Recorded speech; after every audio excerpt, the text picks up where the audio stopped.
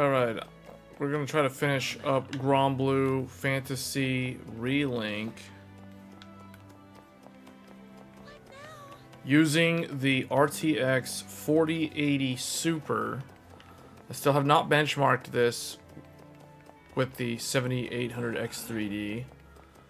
With earlier today I was benchmarking I finished up the 3080 Ti,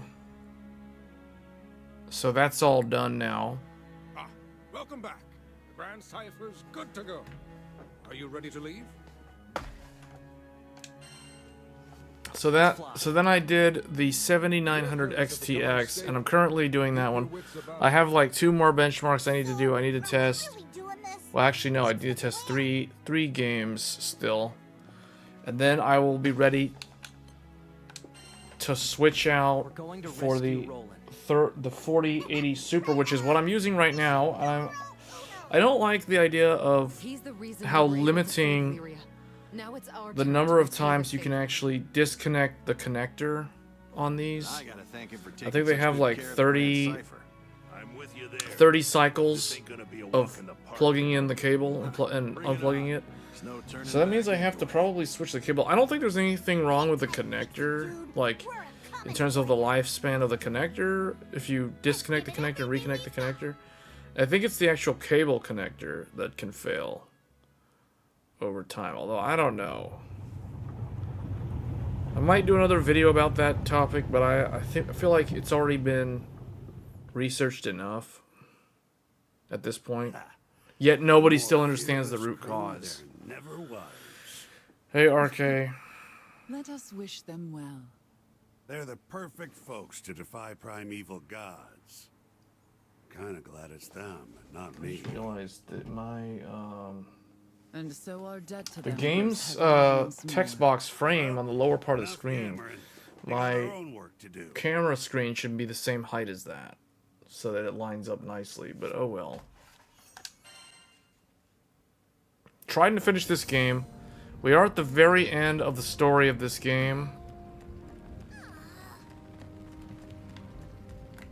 Got a second?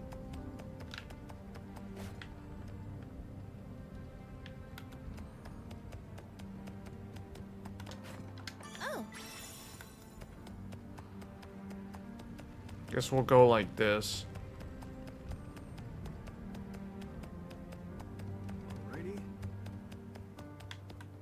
What are you?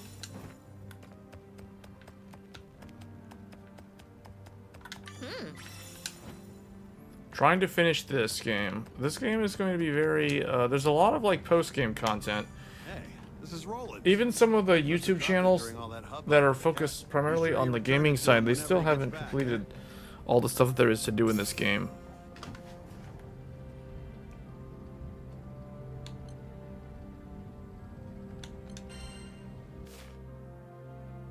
Roland's notes.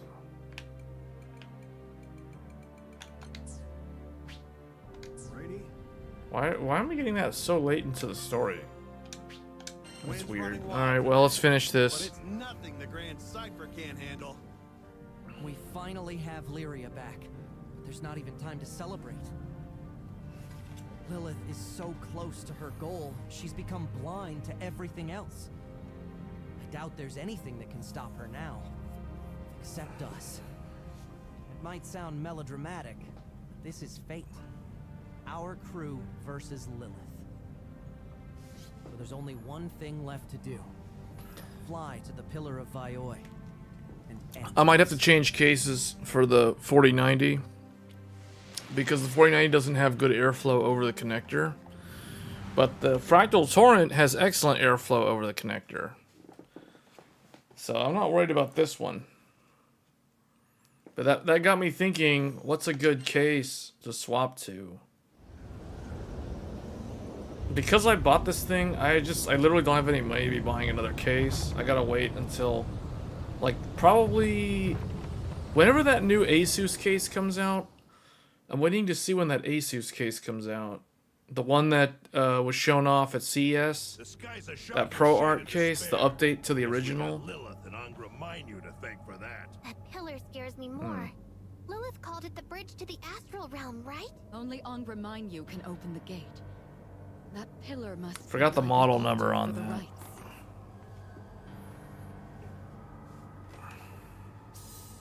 Look All at right, the very this top. is it. It's the light the gate came from. We have to go investigate. I'm all for dreaming big, Lilith. When I find you, I'm gonna crush your sinister hopes. So wait a minute. Depending on which character you choose, some of these characters that you recruit, they don't actually have a role in the main story. Up for a treasure challenge? Wait, there's a treasure challenge? Where? Oh. I feel like this is the last zone in the game because of the way the music is all eerie. Now, all you've got to do is collect those stones. You've got this. Is it just me, or is the air real stuffy? Feels like I'm suffocating. Same. It's like this place is trying to force us out. So, yeah. You're all mine.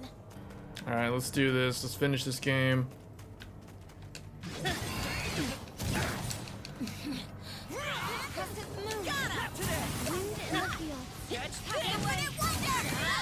Close call.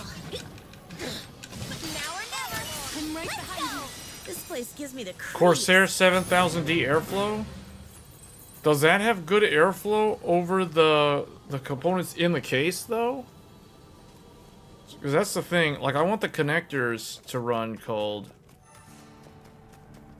when the GPU's under full load. That's the thing that I'm most concerned about.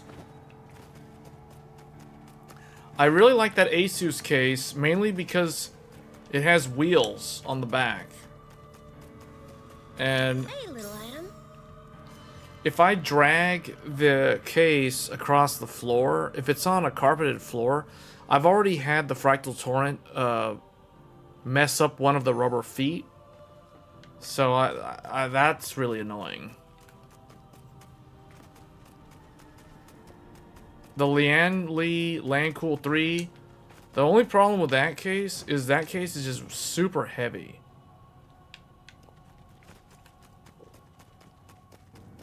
So if you have to pick it up and relocate it, or like move it into like onto a table, for example, for a video shoot, that's super annoying. I mean, that computer's like 50 pounds.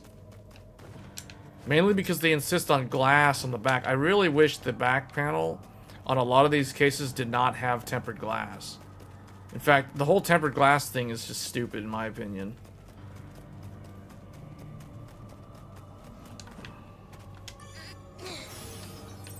Nice.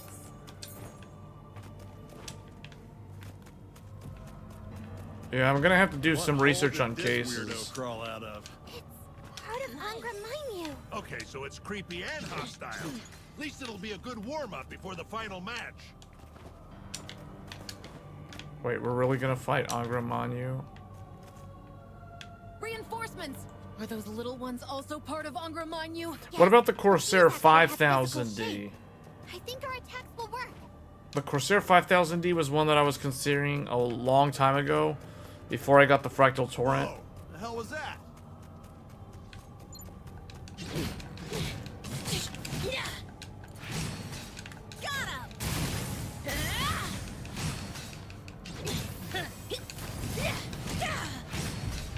Infinite wonder. Got him. Weird portal just opened up.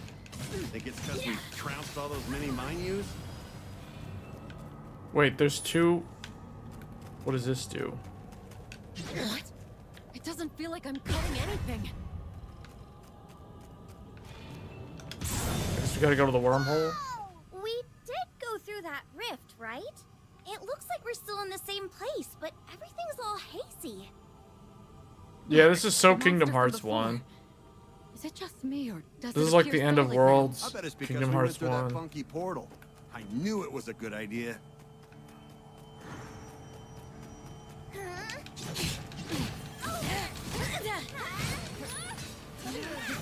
See if I can remember how to do her. There we go. The spinning Destructo disc. Yeah, not so tough now, are ya? I don't think we'll make it very far in this haze. Let's pass through the rift again and return to the normal world.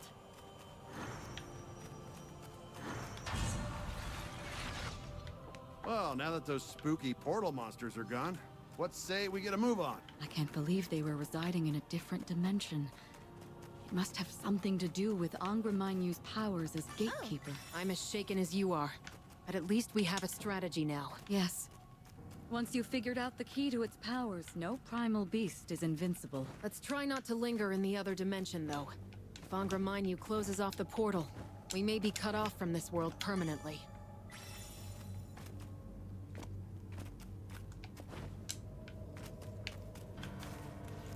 Yeah, I have to look at those cases. So, let me see. Hold on. Where's the, Let me get the list here.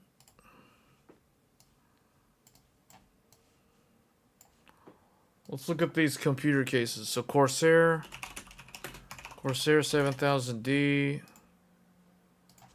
Asus, ProArt case. They actually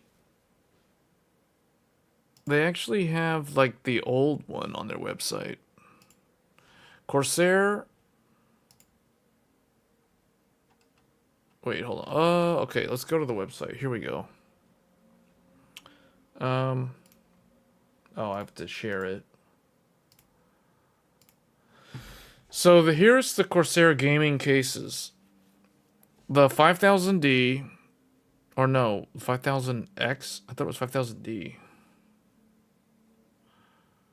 The 5000D, the 4000D, the 7000D Airflow, the 5000D in white. So there's these other ones. So, wait, what? Okay, with power supply. Why is that $800? Oh, it comes with a... What power supply does it include, though? Anyway, here's the 7000D. So the 7000D has... let me see. What I want to know about this is... And I think I've looked at it before. What is how wide it is and how long it is. I don't really care how tall it is, although the height does help.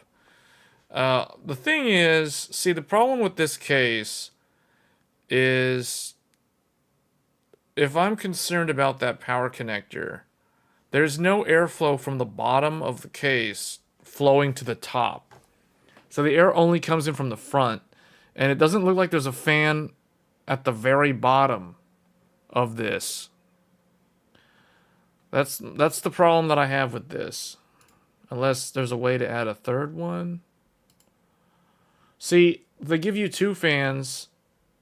I guess you could install a third fan down here. What I would probably do is I would take the fan that's at the top of this and I would move it to the bottom where the hard drives go.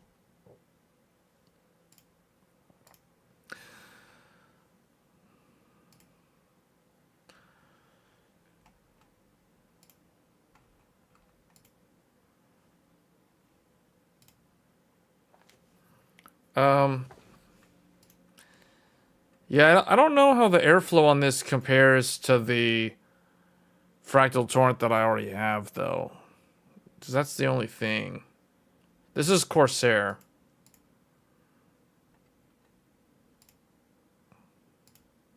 And I would never have it on a desk. This is the most fake-looking thing I've ever seen. Like, no one is going to take... Is this a full tower case, or is this a mid-tower? This is a full tower. No one, practically speaking, nobody is going to take a full tower case and they're going to put it on a desk. That is the most fake thing I've ever seen. Full tower cases, you know where they go? They go on the floor. That's where they go. You know where all my computer cases go? And you know I got a lot of computers? They're all on the floor. They're all on carpeted floors, or they're all on... Look, okay, I take that back. Every single computer that I'm using... or I've ever used, has always spent its entire lifespan on a carpeted floor. The only exception was the Threadripper build that I did. That started life on a carpet, but now it's on a hardwood floor. So that's the only one that's not on a carpet. The other computers, every single one of them, including the one we're streaming on right now, is on a carpeted floor. So this is fake news. This doesn't go on a desk. It goes on the floor. Yours is on a carpeted floor. Yes, yes. See? RK knows reality. Like, you're in touch with reality. People who put their computer on a desk, especially if it's a full tower. Now, I can understand putting a mini ITX build on a desk, like behind a monitor or something, but a full tower on a desk? Really? Come on now. No one does that. That means you're going to be like reaching up here to like turn it on every single time. The power button's like way up here. You'll be like, oh, I'm trying to turn it on. Where's the power button at? You gotta fumble around with your hand trying to figure out where the power button is. No thanks. It goes on the floor. There's a reason why they put the power button literally on the top like that, because it's sitting on the floor right where you can just press the button right there because it's so tall. So yeah, if I get this, it doesn't really matter which one I choose. It's gonna go on the floor. And the thing is, I always put... The one thing that really disappointed me about the LandCool 3 is the bracket for the power supply is irreversible.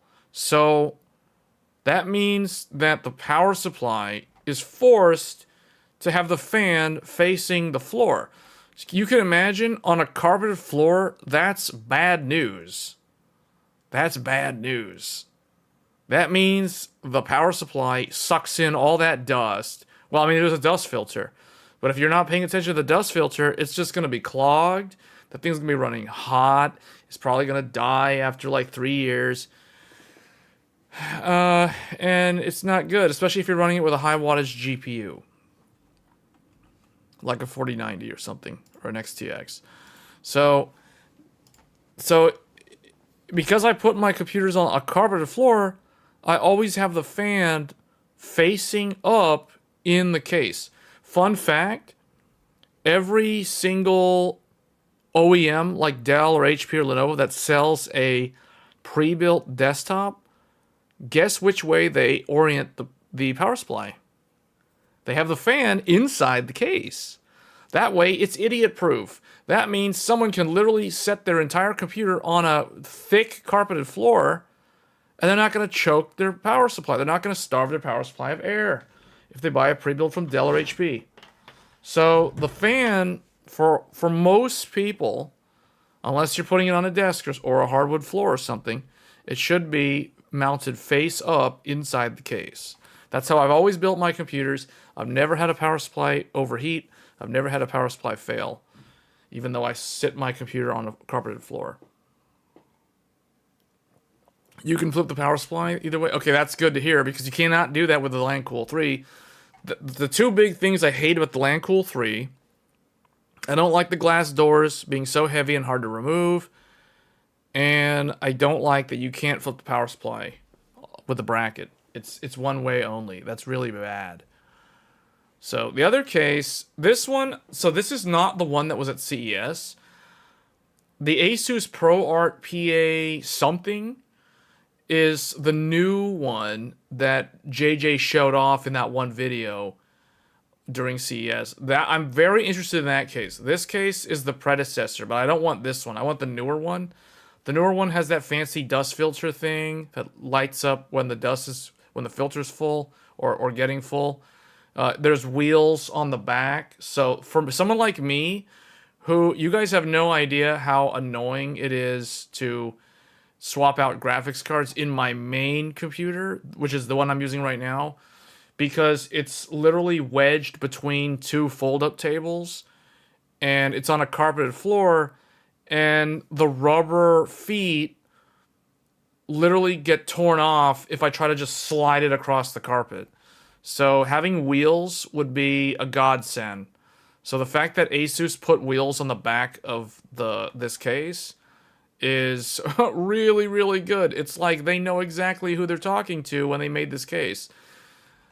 So I'm strongly considering the Asus ProArt The new one, not this one, but the new one. This one's already available. Like you can already buy it. So it looks like it's going to be around $270. So that means it's competing with the Corsair. Yeah. So the 7000D and the Asus Pro Art are priced basically the same. And that means they're also compared to the Fractal Torrent, I believe. Yeah. This one.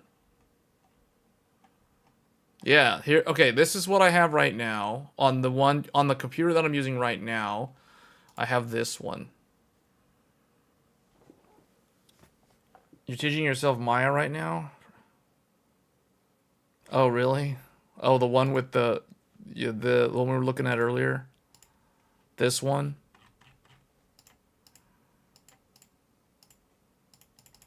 Man, why is their website so bad? I can't scroll through the pictures. You mean this one? Yeah. Let's see. So the torrent, it looks like this. Yeah, this is the one that I have. I have the one that has the lights on the fans. But see, the thing I really like about this is it is very good if you're doing air cooling. And I only do air cooling.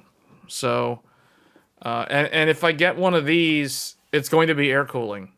I'm not doing liquid cooling. So, these better be good at supporting air cooling. Right now, I'm leaning more toward the Asus case over the Corsair.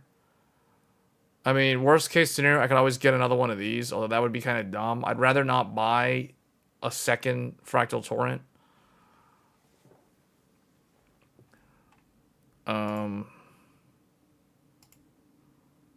This is really modern, although it's retro at the same time because the power supply goes at the top. My only thing about the Torrent is I'm concerned about the power supply. The power supply ends up being a sponge for all the heat. It ends up being an exhaust for heat because this case does not have a rear fan. And the thing is, you don't even need to put a rear fan here. It doesn't help. So it doesn't need a rear fan. Now you can install one. It supports 120 or 140, but it's pointless. But what ends up happening is the power supply sucks up all the hot air because the fan is facing down. It only goes one way. And then it exhausts it out the back. So my power supply in this system tends to run hot. So I'm a little concerned about that.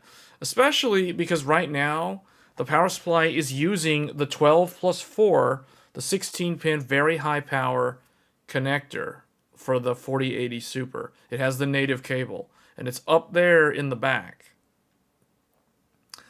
So, yeah, that's a little bit concerning. That's the only thing I'm concerned about with using this case long term. Whereas with these other two, the power supply goes on the bottom. So there's no worry of the power supply being a problem. It's only the GPU side, which is what I'd be concerned about. But these cases look really tall. Like, how tall is this full tower or is this mid tower? I think this is full tower. It certainly looks like it's... Yeah, because see, the top screw hole for the ATX board is here. So you've got all this space, and then there's like all this above that. It's an EATX computer case that can support a 420mm radiator. Alright, that already means that this is in the same class as the Lian Li. Except the Lian Li Landcool 3, it says it can support a 420, but the reality is you don't really want to put a 420 in there because it's like the tubes on the radiator side will be right up against the edge of the case. So that one's more like a 360mm or I guess a 380 as far as I'm concerned.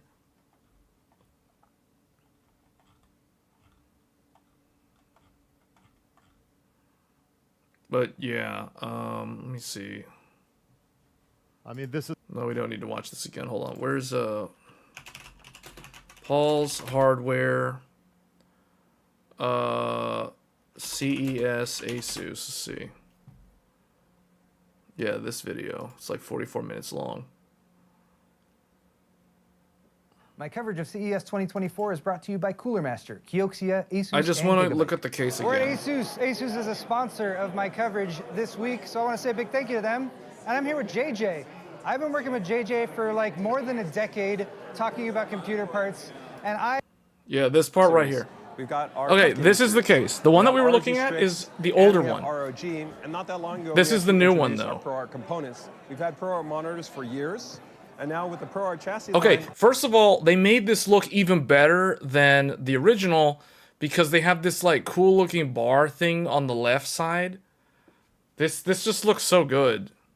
And I hope this ProArt section here where it says ProArt, I hope that's a cutout with ventilation, because one thing that I like about my old computer cases is that the old cases that I use, like the Corsair 600T and the Cooler Master Scout 2, if we go look at those for a second,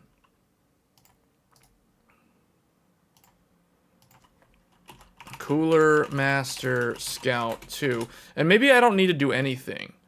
This is the case that my 4090 is installed in right now. So hold on, get this out of the way. So is there a gallery? You can just go to the gallery. This case is no longer manufactured. So this is the case that the 4090 is in. Look at this. Let's go to the side. Of course they're gonna have it open. Okay, there it is. Okay, check this out. This is what I'm talking about. This is what I miss about old cases. Old cases had plastic windows that didn't weigh like 15 pounds. And they wouldn't shatter if you dropped them. They also had cutouts for side fans, which you don't really need to use. I never use these. But the point is, this gives you ventilation for the graphics card. So when the graphics card is exhausting all this hot air into the case, there is a vent on the side for the air to get out. I miss that with these new tempered glass things that literally block all the heat, and it's like stuck inside the case, and it has to force its way out the back or the top. So, you know, like that's the thing I don't like about modern cases compared to older ones. I feel like the older cases actually seem to know what they were doing. And now back then it used to be more about like functionality and practicality. Now it's all about looks and like style over substance, which is a little disappointing, to be honest, in terms of how the case industry for PCs has gotten. I've had this case probably since like 11 years ago. I think I got this in 2013. And I built this machine to house a Intel Core i7 4770K and Haswell with a Radeon R9 290X. Or no, not 290X. I take that back. That wasn't around. It was the HD Asus Radeon HD 7970 Matrix Platinum. Yeah, that's what was in here back in the day. Eventually, I upgraded to the 290X. But that is what I was using with this case. And currently, for those that are wondering, this case is used to house a RTX 4090 Founders Edition and the Ryzen, well, wrong box, here it is. The Ryzen 9 7950X3D. That with the ASRock X670E Steel Legend and 96 gigabytes of G.Skill 6400 XMP memory is what's in this case right now. So this ancient case from 11 or 12 years ago is housing all this modern hardware. So maybe I don't need to do anything, although my only concern is the 4090 connector. I would like to provide supplemental airflow to the 4090's power connector so that it's not at risk of melting. That's the whole reason why I'm looking at cases or thinking about how I should swap out what I currently have. But this is what I use for benchmarking. It's this case, it's a closed case, and that's it. The other case, well, you guys already know. The other one that I'm using right now, the Stream PC, is using the Fractal Torrent, which houses a 7950X non-X3D, and it was also housing the Sapphire Nitro Plus 7900 XTX, but currently it has the 4080 Super Founders Edition in it, with the X670E Aorus Master from Gigabyte as the motherboard, and 96 gigabytes of the exact same RAM that's in the other PC. So these are the two PCs that I use. So normally, if you guys see me live, if I'm live streaming, I'm either streaming from the Fractal Torrent PC or the Scout 2 from Cooler Master. These are the two computers that you'll see me streaming from. Very rarely, you might see me do one of those very rare streams where I'm actually streaming from the Threadripper computer that I built last fall. And if I'm doing that, the way you'll know, it's very easy to know if I'm streaming on the really rare Threadripper. If I'm doing a very rare Threadripper stream, then the background in the camera will be basically like a curtain, because I'm like right next to a window. So you'll see like a curtain, like as the background. Then you know I'm on Threadripper. If you see a curtain background behind me instead of like all this random GPU boxes and stuff, then you know I'm on Threadripper. That's how you'll tell. And if I'm on Threadripper, it means that I'm streaming with a Intel Arc A770. That's right, we have an AMD Threadripper CPU and we have an Intel GPU. That's an interesting combination. But then I also have the 7900 XTX reference card in the Threadripper PC as well, because I have dual GPUs in that computer. Those are very rare. Like, you'll probably only see me stream on Threadripper maybe 2-3 times a year. It's extremely rare to catch those streams. That is what I use to edit the videos, though. Like, the actual video uploads, those get edited on that machine. But yeah, so Scout 2 is basically a benchmark PC. We do, like, overclocking tutorials, all that kind of stuff. It typically comes from this one. Although I might use the Torrent PC as well for that. But if I'm streaming normally, like, for example, This Week in Tech, every Thursday, that's Fractal Torrent. Like, that's the Fractal Torrent computer that does all of that. You did a lot of research before you purchased the 7000D, and it was the best of both worlds for air and accommodating custom loop. It's an ultra-large, high airflow chassis. So you're going to have two 200mm fans, not 180, but 200, 38mm thick. Two 200mm fans. So he said two 200mm fans. So what does... I'm trying to remember, what is the one on the Fractal? The Fractal comes with 3... Oh, it shows in the picture you can interchange them. But the default configuration is 2... I think it's two 200mm. Oh, never mind. That's not right. 2 custom-made 180 by 38mm. So the thing about these is these are not as big, but they're really thick. 38mm dynamic PWM, or the Prisma, which is what I have, the Prisma RGB fans.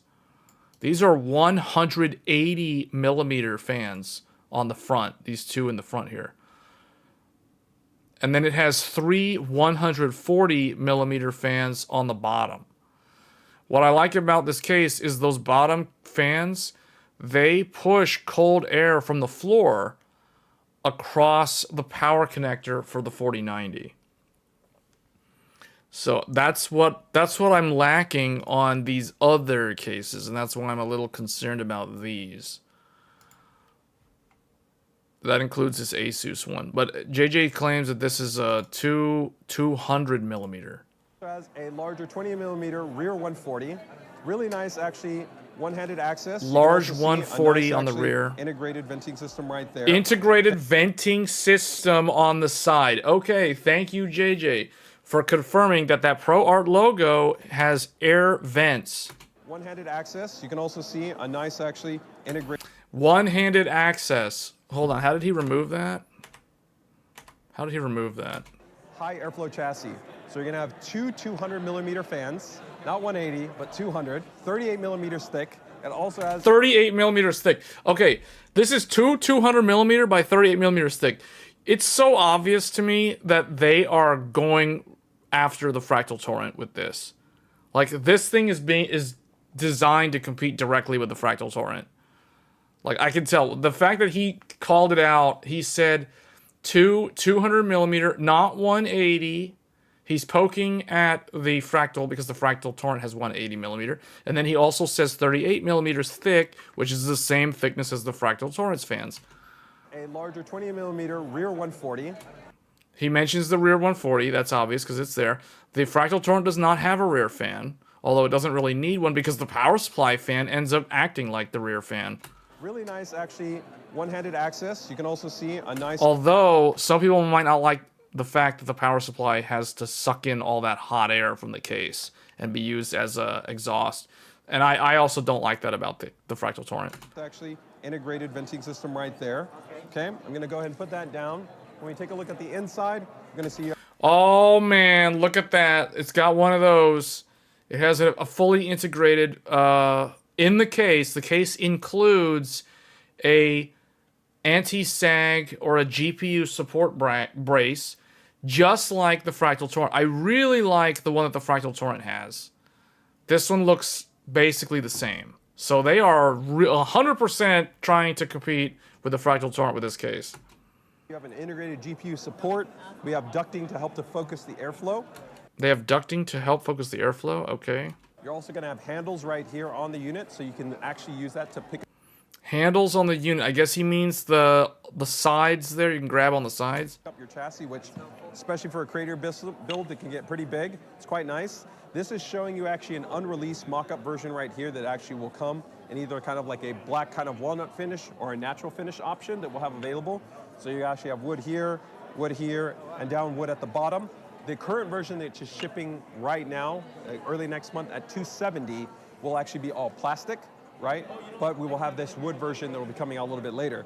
Now, some of the other cool stuff that it also has is it actually has integrated casters. So you can actually... Oh, yeah, there we go. I gotta have the wheels. The casters. Integrated casters. That, you have no idea. You guys have no idea how annoying it is to slide the case. And that's what made me realize Fractal's quality on the rubber feet is not that good. I've already damaged two. So the back feet on my Fractal Torrent, they have those rubber pads. By trying to grab that case, because the case is so heavy with all the hardware in there, as I drag it across the carpet, the little fibers from the carpet manage to get in between the rubber feet and the feet of the case, and it like tears off the stickiness of I basically ripped off the rubber sticky pads. The rubber feet got ripped off my Fractal Torrent because either they didn't use the right type of glue, the glue wasn't strong enough, too much friction from the carpet, whatever the reason, it's super annoying. I put them back on, but it's not the same as it was when it was new. Whereas with this, that's not a problem because this has caster wheels, which is awesome. This is like exactly what I need. So somebody at Asus, as much as people seem to be conflicted on whether they love or hate Asus, the people at Asus, the R&D, they really know what they're doing when it comes to figuring out how to make things look, but also how to make things functional. See right here? I can actually move that it. Is perfect. That is ingenious perfection. It actually has the ability for you to buy your own casters. So you could go to like Amazon, you can buy wheels, and you can put them to the bottom. So if you actually want to turn this into like a little bit of a moving... Oh, okay. So you can put your own wheels in there too. Wow, okay. EV cart or something like that. You can put your wheels on there. I'll never do that, but okay, that's cool. 5 ports, including 20 gigabits USB-C. You have a hardware level fan control built on here. You also have a lock. We've heard from some users that have kids or pets that sometimes they accidentally press the power button, shuts down the system. Now you can lock it in place so you don't have to worry about accidental shutdown. There's also a cool little actually storage bay right over here where if you remove this one, quick access for the dust filter, it actually can also go ahead and store your wireless adapter. The Wi-Fi antenna can go back there. That's cool. Also nice to store it in there. On this side, one really cool feature is you'll see that you have a little light, a little button right here, and it's very, very hard to tell. If you look at all that porosity that we have in there for nice airflow, there's actually a little integrated sensor that we have in here that actually detects dust. So if you actually get an accumulation of dust, the sensor will trigger the LED and then I'll let you know, hey, you should pop off the actual front panel so that you actually can clean it to be able to maintain your performance. Last but not least, some cool stuff. Well, actually, 2 more points. You got actually toolless GPU installation. Okay. So you can just go ahead and turn this, open this up. When you open this up, a really easy way that you can pretty much, without any tools, be able to upgrade your GPU. See, I don't know if I care about that. I don't know if I care about this. I mean, it kind of depends on how they implemented this toolless thing. This might be good, or this might be gimmicky at best. You'll be able to swing this out.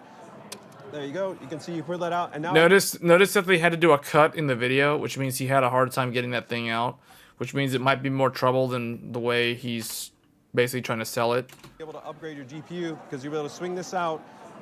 There you go. You can see you pull that out, and now I can actually remove the graphics card. So you don't have to do the two-handed approach. Let me know if you've done it where you hold this, you have your screwdriver, your screw, and you're doing this kind of. Well, I don't know. I never do that. I never do that. I lay the computer flat on the floor on its back, on the other side, and put it in, like, you know, where the motherboard is parallel to the floor. I don't do it that way he's describing. I think that's how people end up with their GPUs being sent to Northridge Fix, because they crack their PCIe board. Lineup thing to kind of put it they in. They crack lock it in, but the connector on the graphics card. Just lock it back into place. Really, really nice and easy. So no, that's not good advice, JJ. Sorry, I don't agree with you there. This two-handed approach thing, no. Professionals, workplaces, that sort of thing. Yep. I like the nods you've given towards it being movable. Moving around a build like that when it's fully. It's funny, Paul was so useless in this video. Really heavy. And 200mm fans. Included. Those were gaining popularity for a while, and then I feel like they went away. Yeah. Big fans move lots of air and don't have to spin as high RPM, so it can get lots of I air. never understood what was the deal with, like, why 200mm fans vanished and then now they're coming back. Because my one of my cases that I'm still using. So actually, so the case, you guys saw the video, the live stream that I did last year where I did a live build for the 7800X3D. That is in an NZXT Hades. NZXT Hades. It's so old, the website for it is gone. Let's go to like a review. There, this case. Hades. This case, I think it had, yeah, it had 200mm fans. 200mm fan. It had a single 200mm down here, and it had a 200mm on the side. And this is what I mean by older cases seem to understand intake and exhaust a lot better than modern cases. In fact, I'll go so far as to say that I think older cases had better airflow in general than the newer ones. Like this case has a big 200mm in the front. Now the reason why up here it doesn't have that is because that's where the optical drives go. And then it had a big 200mm on the side. Now, because of modern graphics cards becoming taller and taller, you cannot run, like for instance the 4090 or any modern GPU with the 200mm fan in there, because the 200mm fan in this is actually pretty thick. And then it had a 120mm on the back, yeah. And then it had a 140, it could do up to two 140mm on the top. And this is old. Look at this review. May 12, 2010. 2010. This is, I think this is like the second, yeah, this is the second PC case that I've ever owned. This is the second one. This was the case for my second PC build, or my upgrade PC build. Yeah, the very first case that I got was a NZXT Nemesis. Then I got this. They look similar. This is a lot better for airflow. The Nemesis, the power supply mounted at the top.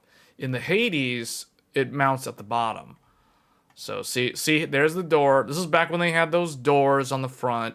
You can see how it shows its age because it could fit 4 optical drives, or up to 4 expansion slots here. You had manual fan controls for the intake and the exhaust. Then you had a reset button The power button is actually hidden. It's actually right there. You literally just press the nose of the front and then it turns on.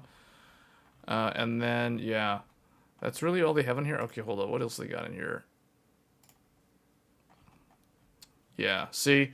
So this is the case that I have actually been using to benchmark the GPUs for the upcoming video. So, like yesterday, I was benchmarking the 3080 Ti and the 7900 XT in here. Earlier today, I finished the 3080 Ti benchmarks, and I did most of the 7900 XTX benchmarks. So I've been using those cards in this. I think tomorrow I'll benchmark the 4080 Super in here. What I'll tell you is that this case is so narrow that the XTX goes right up to like this thing right here. So it's like there's no space. And you can see the ketchup and mustard cables on the back there.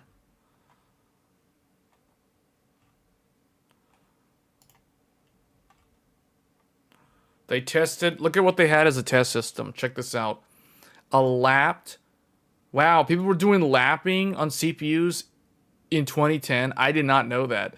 A lapped Intel Pentium XE 955, I don't even know what that is, dual core with a Sapphire Radeon HD 3850 Ultimate passive cooled MSI SLI Platinum motherboard.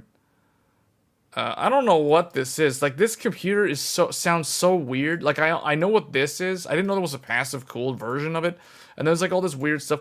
1 GB of memory. Man, this is old. Is this like DDR1? Really? A Pentium ZE95? I don't even know what that is. Like, I don't even know what socket that is. A 250 GB Western Digital. Man, what these specs sound like they're older than 2010. This thing's reviewed in 2010, but the specs are from like 2006 or something, or 2007. I mean, this seems like super old. A 700 watt power supply from Xilinx ZP700, whatever that is.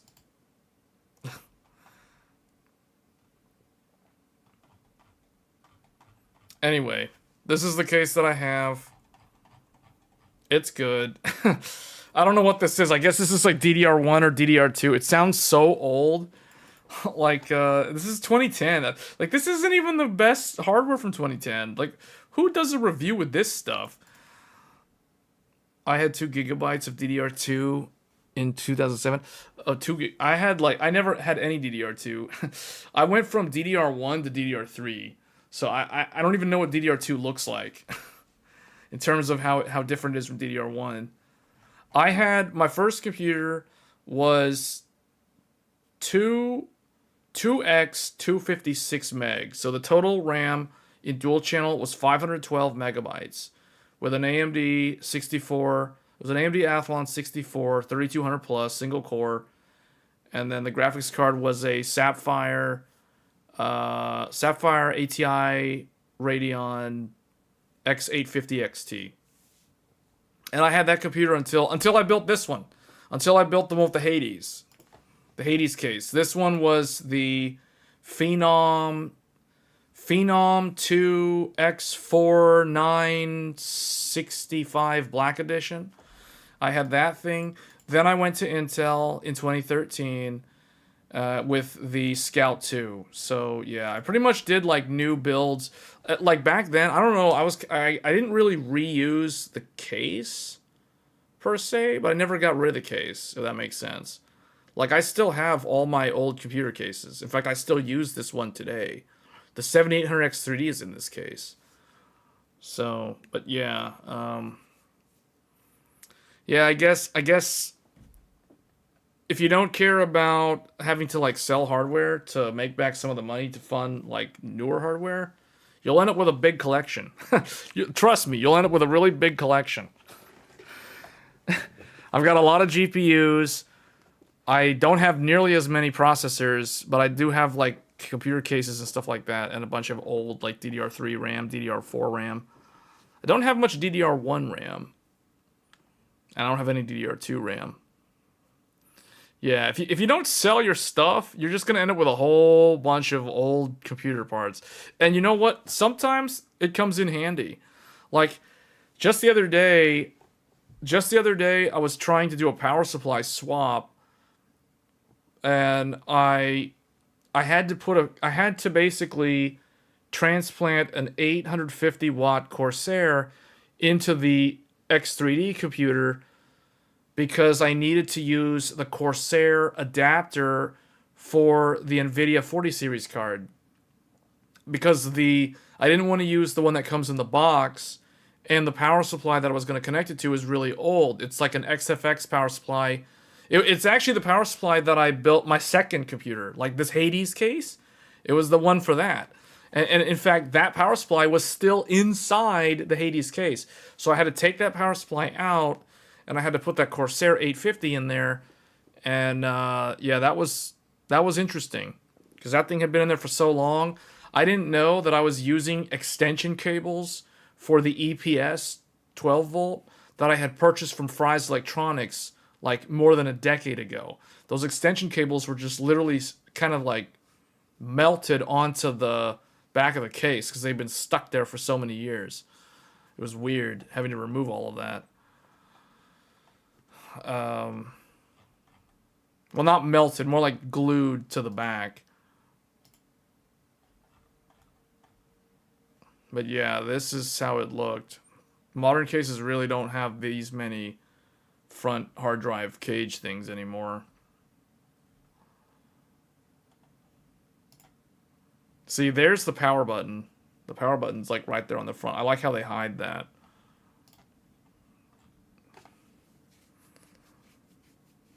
They gave it a 3 out of 10 for features.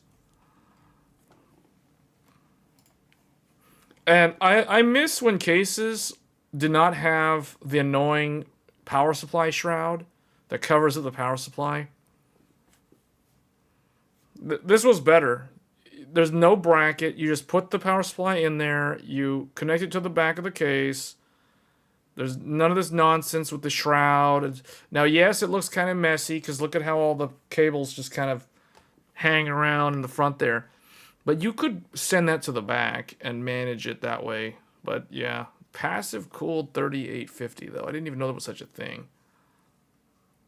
This Intel chipset is so old that it has a North Bridge copper heat pipe that goes all the way from the North Bridge to the VRM and then down to the South Bridge. Man, that's old.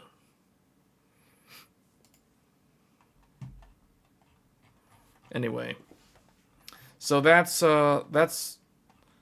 like my second computer case. That one right there. And then the oldest one, my very first one, I don't actually use that one anymore. That one, the very first one that I got is so bad, I don't use it. Let's see, what was it called? NZXT Nemesis. This is the case. This was my very first computer case. Yeah, well, okay. It was a black one, but apparently there were two versions of it. There was one that had all this weird like electronic stuff on the top for fan controls, I guess. Mine didn't have that. Mine was just the regular one that's shown here on the left.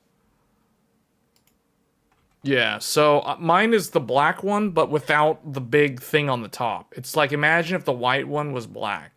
That was my very first computer case. This is my very first computer case. The NZXT Nemesis. So, let me see. There's a reason why I don't use it anymore. First of all, look at the front. No airflow. You got one intake for a 120 millimeter fan at the very bottom, but see how it's all covered up? And then you've got USB 2.0 and you've got like front panel audio. I don't have this thing on the top. And then look at how bad this is. So, wait, no, that's not a good picture. This is a better picture, but yeah, look at how bad this is. So the hard drives go in down here. You could put 2 more here, but you could also put 3.5-inch floppy disks right here.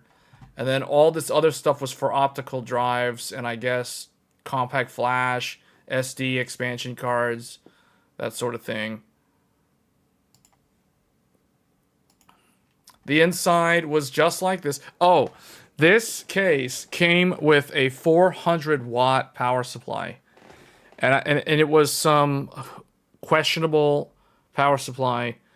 But I used it because it was just this case with the power supply, so I didn't have to buy a power supply. 120mm exhaust fan. These fans were DC. These were DC fans with Molex power connectors, meaning you could not plug these fans into the motherboard for fan control.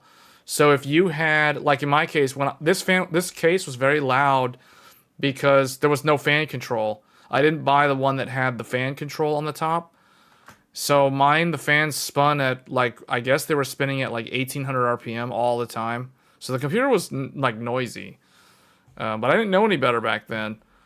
I mean, the motherboard, the CPU would be cool and quiet because AMD had cool and quiet, but like this stuff, you know, like whatever. And then you had all this stuff. And it's toolless. See, the cool thing about it was toolless. You didn't have to use the screws because it had these weird latch things. But notice how they don't paint the inside black. It's just like the aluminum frame, the aluminum metal, just bare like that. That's how it was.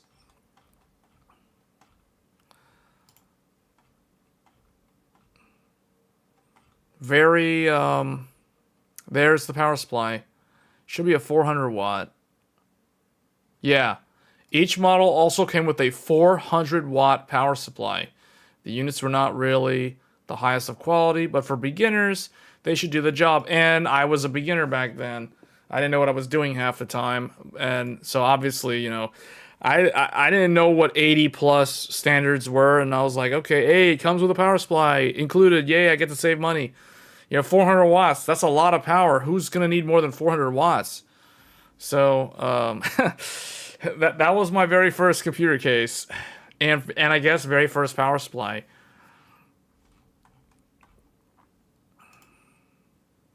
But yeah, I don't use this anymore. I don't even know where it is. It's probably like in the attic or something, if I had to guess. But see how the power supply had to be mounted at the top? I didn't like that. But that's just how it was. Actually, they're not even showing the same case. Like, what is this? This is... Okay, there it is. That's how it looked. Yeah, I was like, where's that metal bar coming from? And where's the purple stuff? Yeah, there we go. That looks a lot like my very first computer. Maybe I should try to dig out all the old parts and try to put back together my very first computer and see if it'll actually post. And do like an old, do like a really old retro video.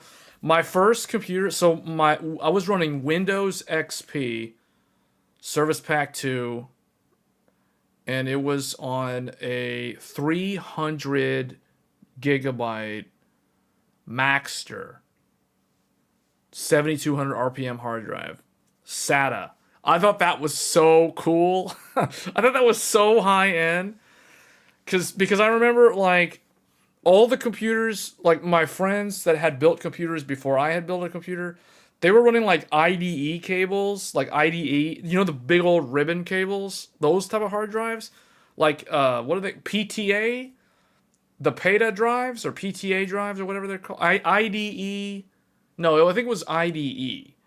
IDE, I don't even know what that stands for anymore, but they were running like IDE ribbon cables for their hard drives. And I'm using this fancy yellow SATA cable. It was SATA 2.0, which was like 3.0 gigabit per second transfers or whatever. Yeah, that was fast. That was cool. And I was using an AMD, the stock AMD cooler from Cooler Master that came with the Athlon. No custom CPU, could just use the regular AMD one because it looked like it would be the best one. No need for a Zalman. No need for I don't even know if the Evo 212 was around back then. This would have been like 2006. This was like summer 2006, I think. Because I wanted to play World of Warcraft. And yeah, it was definitely summer 2006.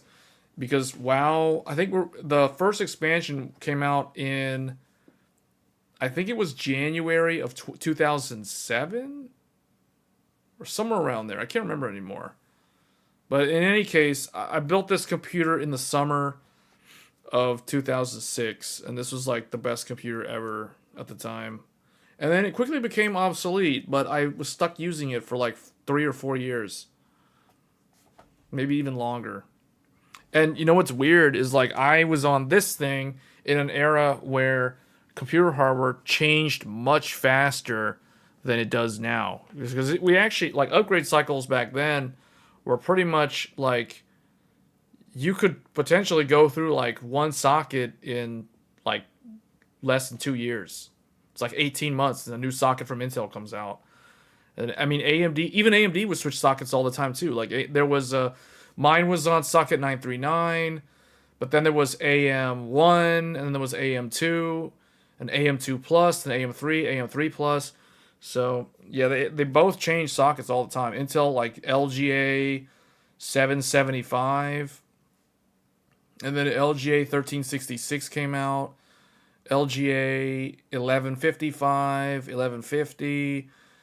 1156, 1150, 1155.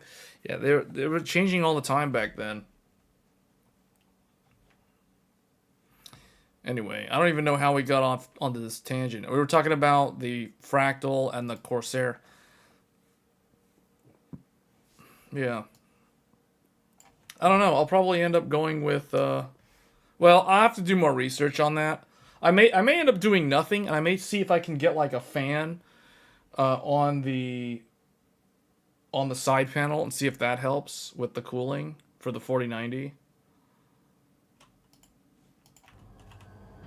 That might be all I need to do. There we go.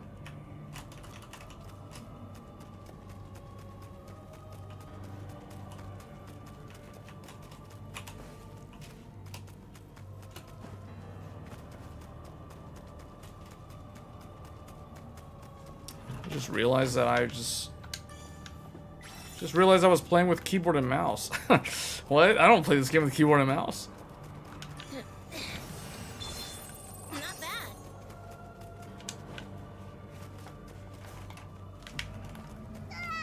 How many spare parts does Aqua Mine you have? You all know the drill now. Wait for the mini minus to pop up, then blast them. Heads up, crew. We got spooky company. Calm down, Rat. They seem like normal monsters. They must have been summoned here by Angra Mainyu. Come on! Scatter! Everyone has such great technique. Aw, you noticed. No mercy. Take this! My pleasure. What fierce attack. You're amazing, Zeta. Right back at you, Narmaya. Over here.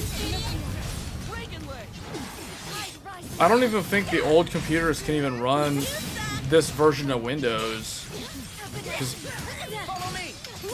This makes me wonder, like, in what version of Windows did they require you to have more than one core?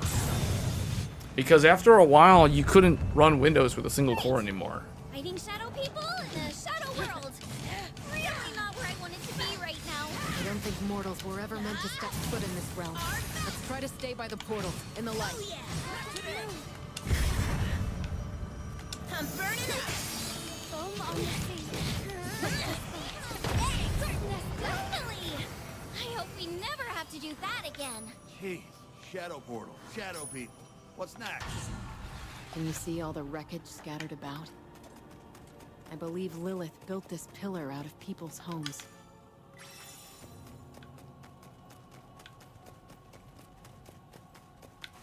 Why'd the camera jump like that? Nice.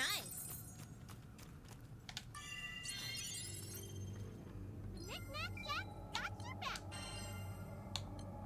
Can I upgrade these weapons? Oh, it's already level 50. Everybody's stuff's already level 50. Gron has Sword of Eos now, which is actually better than the Sword of the Apocalypse.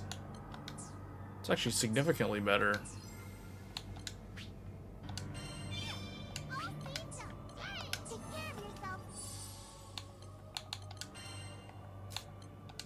Is he using this? Yeah, okay, so he should be using that. Wait, I think I sense a primal beast. Or at least something that feels like a primal beast. And this presence isn't Angra Mainyu? No, it's... Huh? The way this game's story is told is actually very similar in format and structure to Final Fantasy XIV's main scenario quest.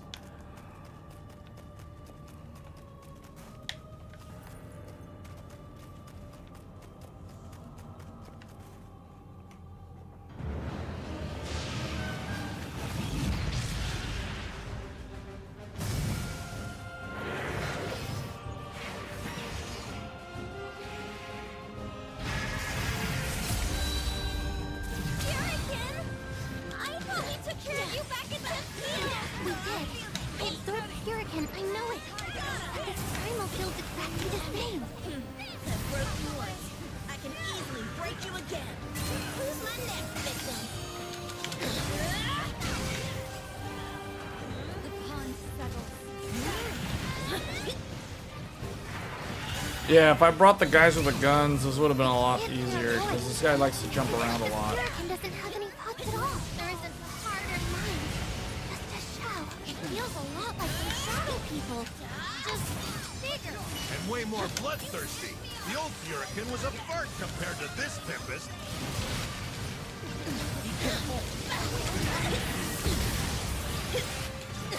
This wind's about to pull me over. Hey, there we go. You're not angry. What are you howling for? Here goes. Not now, not ever. Don't cut them down. Butterfly effect. Mirage. Yep, I'm here. Shine as one. Prominence glare. Prominence Glare? What is this? Vanguard?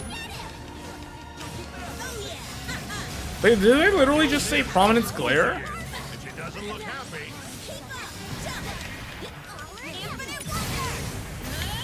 The wind's picking up! Get away from Furican, now! Run! Run! There's no guarding against this one. Yeah, I think I saw a YouTube clip of this on like the highest difficulty level in Endgame. This fight is actually not easy on the highest difficulty level in post-game, especially when you're having to fight with like much lower gear level compared to the enemy.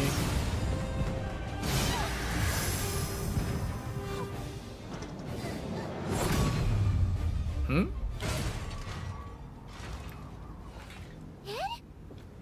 Oh, the Edgelord showed up. Revenge comes first. Wait, that guy's on our side now? Talk later. I don't trust your hero act. After Furican's dusted, I'm gonna make you spill your evil master plan.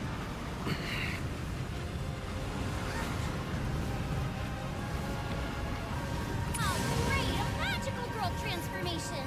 I forgot Furican could do that. It's a time to become even more lethal. We can't afford any slip-ups. Get someplace safe. Okay.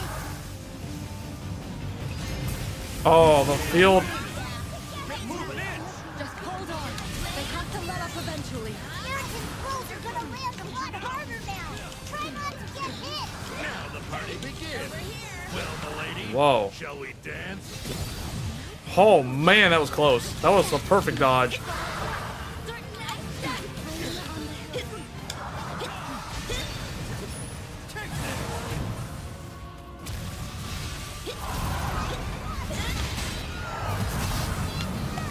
Oh, this is so inspired by 14's battle mechanics.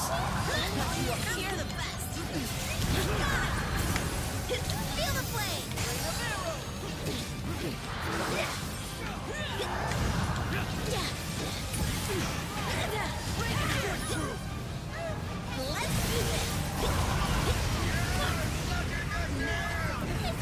Oh, I got blight. I got blight status. Hurricane can't keep this up forever.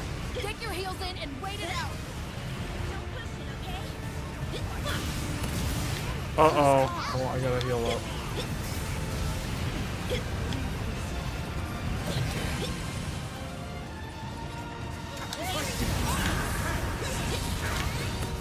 Oh, I'm down. I'm down. Resurrect me quick. Oh, get out.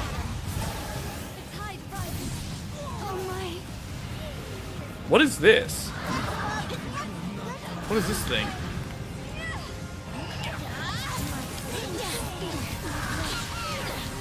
Over here.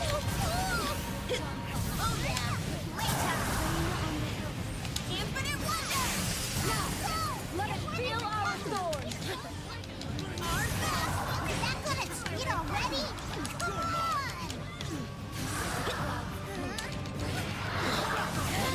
One more. Dumb it. No place to hide. On my way. Let's say goodnight. All right, here we go.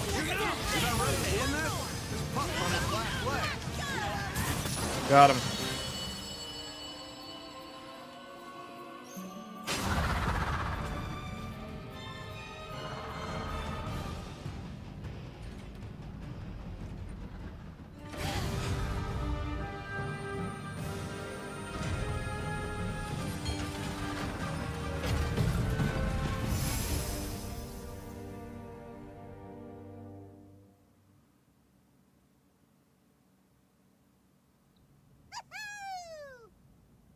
Is anyone hurt?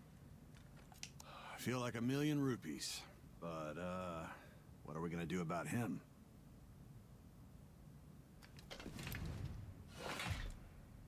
Id, wait! You want to stop Lilith too, don't you? After all the time I spent with you, I know how much you care for her. But even if you love her, after what she's done, we have to stop her. My mother, or Lilith, I should say, intends to sacrifice the future of this world. I know I can't let her get away with that, but I can no longer feign innocence. This has gone on long enough. Want to come with us then? Huh?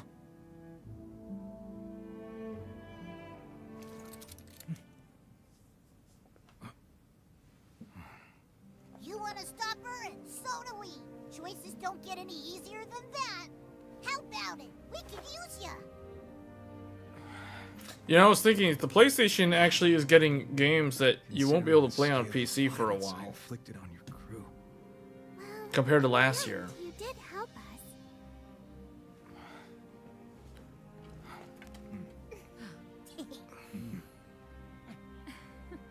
When I think of the games last year, Enemy is a future friend.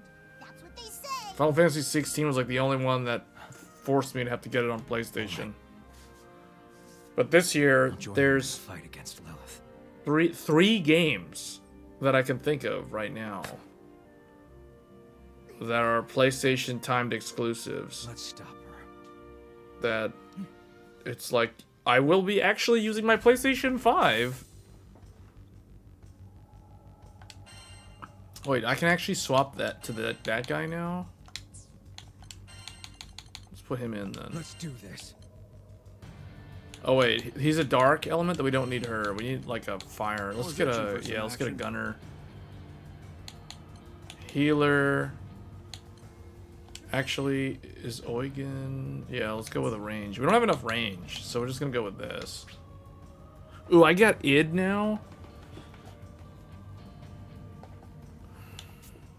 Press X repeatedly to perform combos, or Y to lunge at a foe. Y is also chargeable for more power.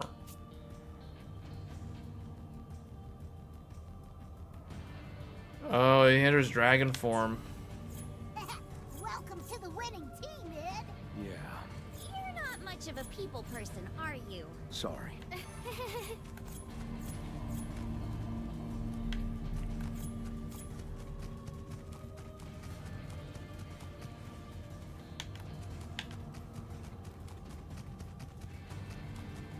Alright, well, we got this cool guy now.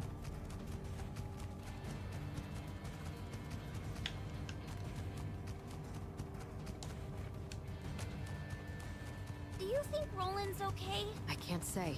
There's still too much that... Hey, Id. Lilith's your mom, right? Adoptive. We're not related by blood, but I owe her my life. If you want to turn back, no one will blame you. I've made my choice. You might say that now, but when she's right there in front of you, it's gonna be tough. I'd rather face her myself and have her suffer at someone else's hands. As family, you must feel responsible for her crimes. Very well. We'll respect your wishes. I know you'll get the job done. Id, there's something I wanted to ask you about. Last time we crossed swords, you transformed. Oh yeah, what was that? If you ask me, I thought you looked like a giant lizard. Well, you're wrong. That was a manifestation of the dragon power sleeping within me. Lilith trained me when I was young. Taught me how to control them. I thought I'd be saving the world with them, but... You will be, kid. That's the whole reason you joined us on this crazy mission, Not bad. Id? What is it? I wanted to thank you for protecting me while I was imprisoned by the Church of Avia. You're thanking me? I was the one who captured you. Yes, that's true. But you also helped bring me back to my friends. If you'd left me with Lilith, who knows what would have happened to me? Yeah, I guess.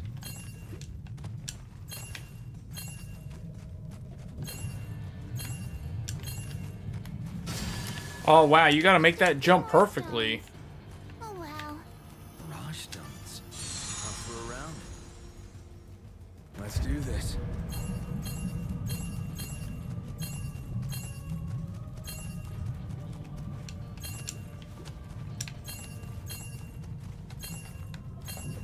What? How is that? Just a few more stones. Oh well. Man, would it have killed Lilith to install a Is few there holy- like a holy- double jump? Don't get impatient. Okay, I can maybe use my sword. I don't know if that will help.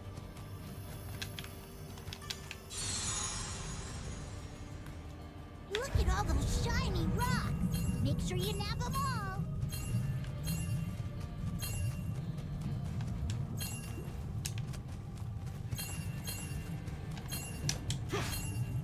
How are you supposed to get those? Damn.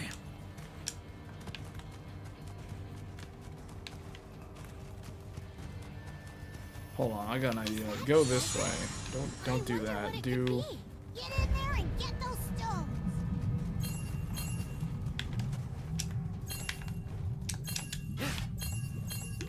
what?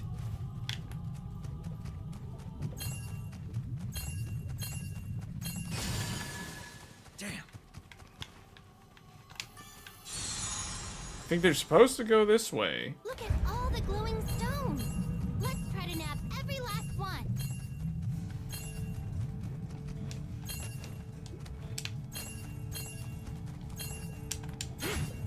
How are you supposed to get those? I need someone who has like a... Couldn't cut it. I need someone who has like a move that in the air. You have my aid.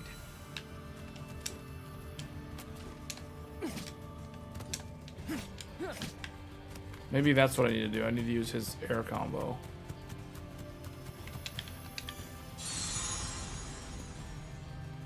Look at all those shiny rocks.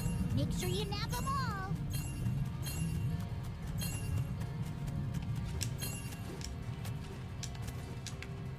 What is this fail right here? I failed because of that stupid rock.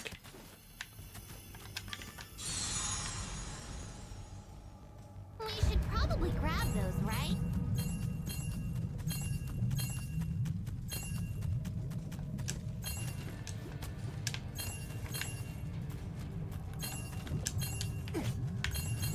Got it. Okay. Man, I was gonna say that's harder than like the boss we just fought. Let's see. Ooh. Well, this has Enmity 3, so that's really good for tanking. Following you. Does he have a skill tree that I can do? Oh, okay, so I can't change his. Actually, I should probably level up the other characters too.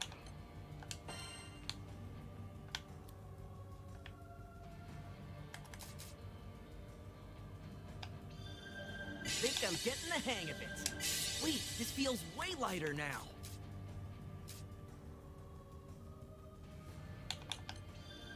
If you put in the work, you'll see the results. I'll have to get the weapons upgraded. Heaven smiles upon Earth's bounty.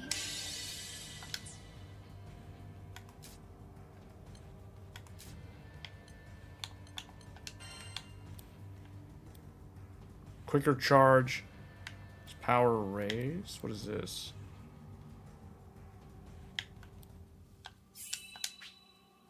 Ready for action.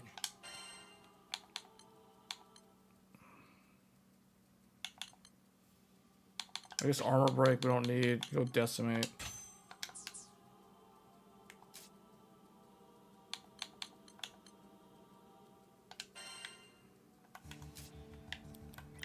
EO can get probably this thing, focused mage. Hello, right.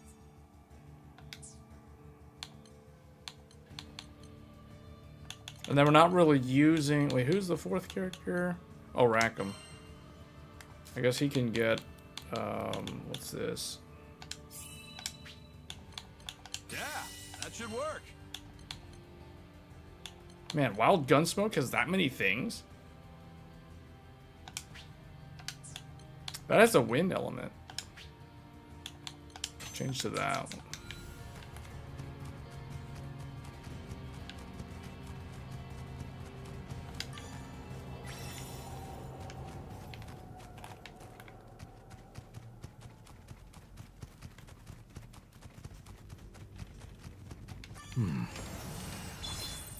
Okay.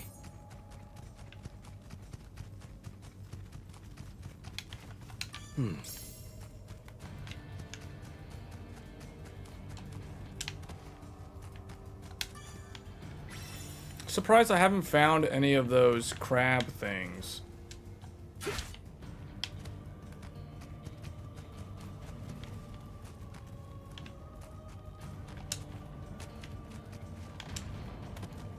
think I'm having deja vu. Id, those monsters share a body and powers with Angra Mainyu. Defeat the small ones first. Wait, can I go here? Too late to run away, bud. Focus on the path ahead. Saving this one. Sure. I'm on it. Hey, that really worked. I guess so. You're a true ally.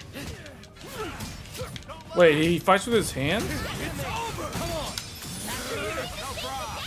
We'll beat the next one even harder. Right. Hey, I'm always ready to go. Alright, here we go. That place looks awful. Whoa, the blight kills you really fast if you stand on it. We're the best. What can I say? Perfect. Hey, ugly. Over here. This is gonna burn. Just how many of these shadows are there? Trick. Too late to run away, bud. Little present for you. Take this. Get back. Right, hell. Get him. Yeah. Do it. You showed them. Only because you had my back. Unbound. What does that do? Strike true. Oh. Never enough. Oh, on it. I got you. Let's move on.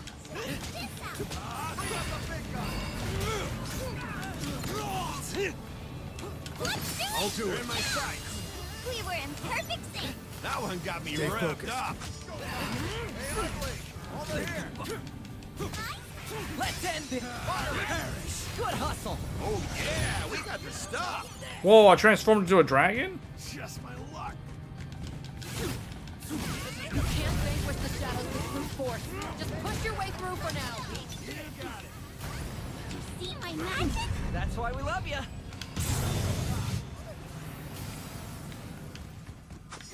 Breaking leg. Go time. This should do it! Sure showed them! Go on. Say more. I needed that.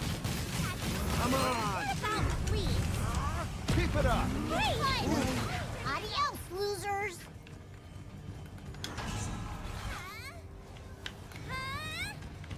Oh wait, we're free to go forward now? Can I go back to that hidden treasure?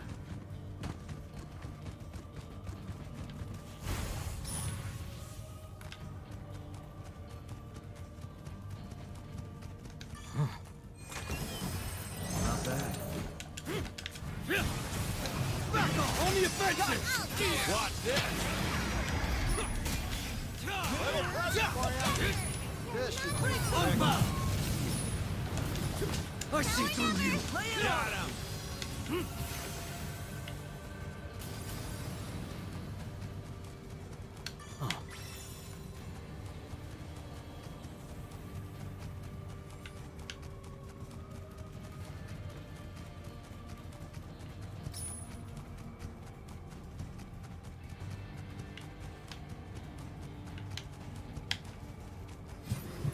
I get it now. The Hurricane we just fought? It was like a shadow, made from our memory of the real thing. So not only was it a counterfeit primal, it never truly existed at all. Correct? What's this? I think it's because time and space is so unstable here. Reality is getting all mixed up. Who ever heard of a shadow with a destructive force? Twilight truly is fearsome. Drink, come on. No problem. Keep going. Not bad. I think you mean excellent. Yeah, I think I'm under leveled because everybody seems to be leveling up pretty fast in this area. Already leveled up 3 times.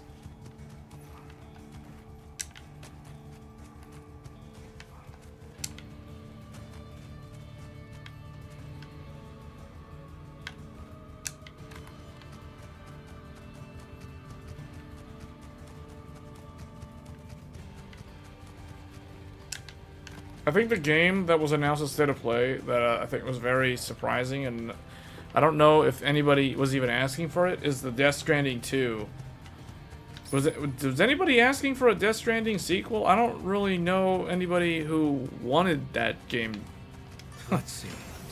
Yeah, it's cool. I mean, I hope that it'll be more. I hope the gameplay loop will be more interesting than the original.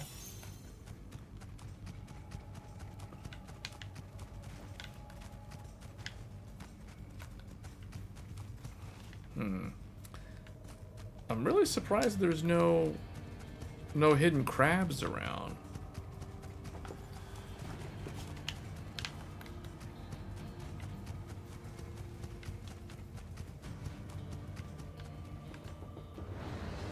All right, here we go. Second boss.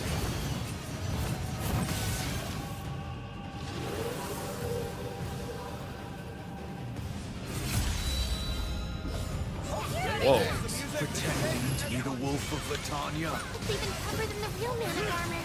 Be careful. Turn lost. Say your prayers.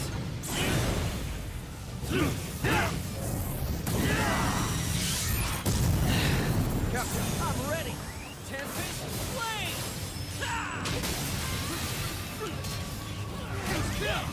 All together! Chaos detonation! Oh wow.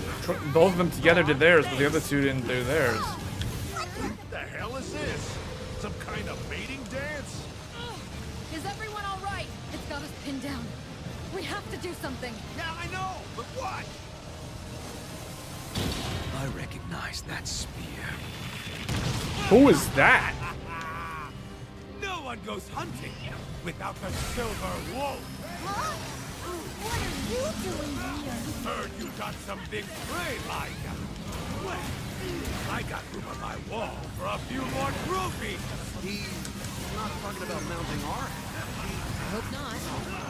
Much rather have Galanza as an ally than a foe. No autographs till after the fight. Yeah. I'll take the help. But hard pass on the autograph.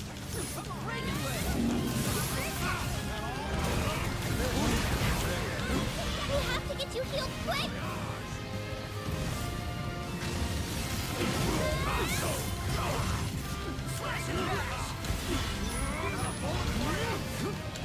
Take this!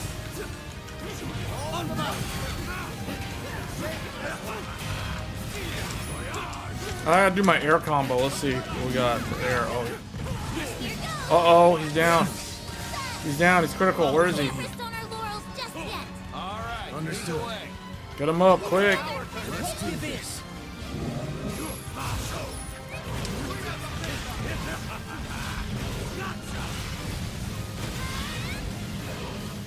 Oh, you're in for it.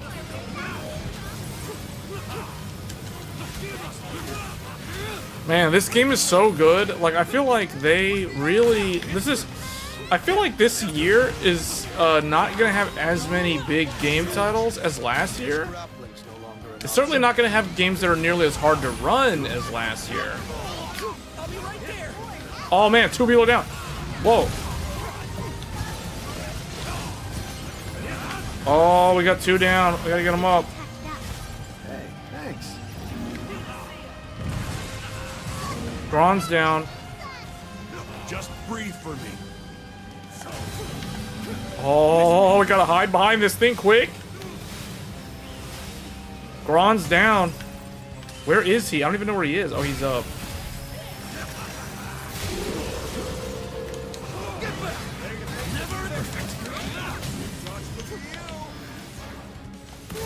Oh, he hit me with a beam.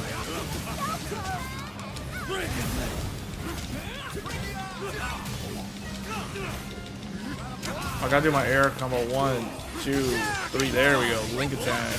Break style. Yeah. Hey, Galanza. I appreciate it. Chain chance. This is it. Go, go. Of course. There we go. Dragon form. Dead weight. We need a captain. My turn now. Tempest Blade. This game's co-op is gonna be so good. I'm just trying to get to the post game so I can actually do the co-op with other players. I feel like it's Final Fantasy 14 all over again, where you're just in a mad rush to finish the story, so you can do all the end game stuff. Get ready? Because this means the party's finally getting started?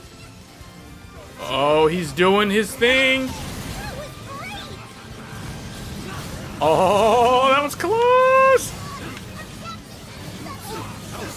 Braun's in trouble. We got 2 down. This game is gonna be so fun online on the highest difficulty level, with 3 other players, a party of 4, trying to do all this insane content. Hide behind the crystal. Rackham is not behind the thing. He's in trouble. Oh, he's in trouble. I'm gonna go get him. I'll get you back on your feet. Let's get him up. Revive him quick. Druid style WoW Classic. Res while in combat. Nice shot.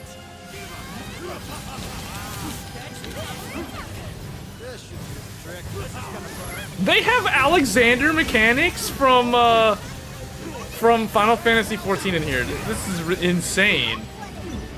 I'm about to die. Okay, I'm gonna heal myself. They're healing me. Thank you. Patch me up.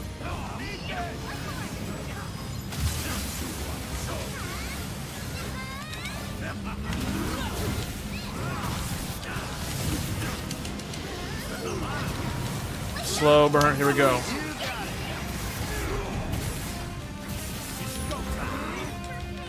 Oh, the transformation wore off. Luckily, the boss is in cooldown too. He's in break status.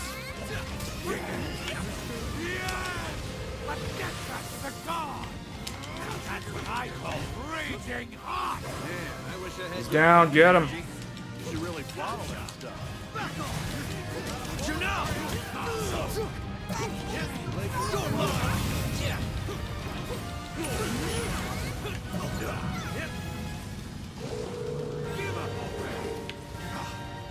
Fight would go a lot smoother if you would just sit. Oh! He broke the crystal.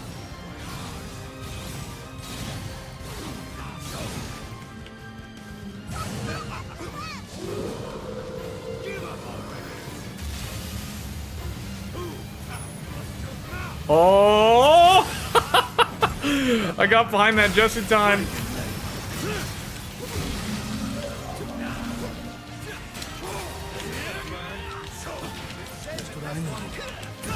I feel like, okay, what I meant to say earlier, I didn't get a chance to finish my sentence there. Oh, now he's doing this again.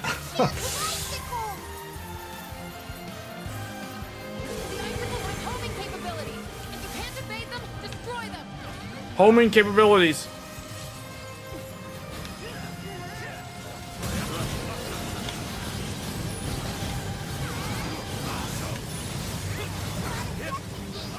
Oh, I'm frozen. Oh, get me out of there. I'm stuck.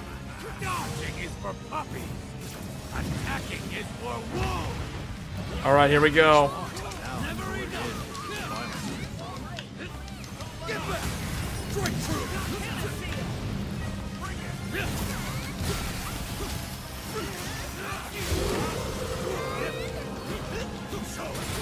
Yeah, this game is actually really fun. The thing is that the combat is what makes this game so good. If the combat wasn't this good, this game would actually not be that good. Because the story is kind of meh. It's like, it's so, like, I don't know, it's so forgettable. Although that might not be a fair statement, because I'm not someone who played the previous Granblue games. So I'm not really that into this world, this, like, the lore and everything. Alright, here we go. This is it.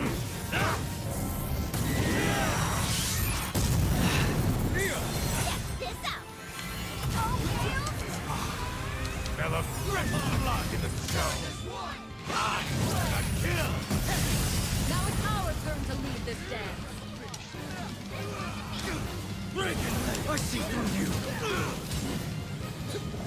Looks like Wolfie's about to start leaping again. Stay on your toes. Get him down quick. Scourge. Oh, man. All right.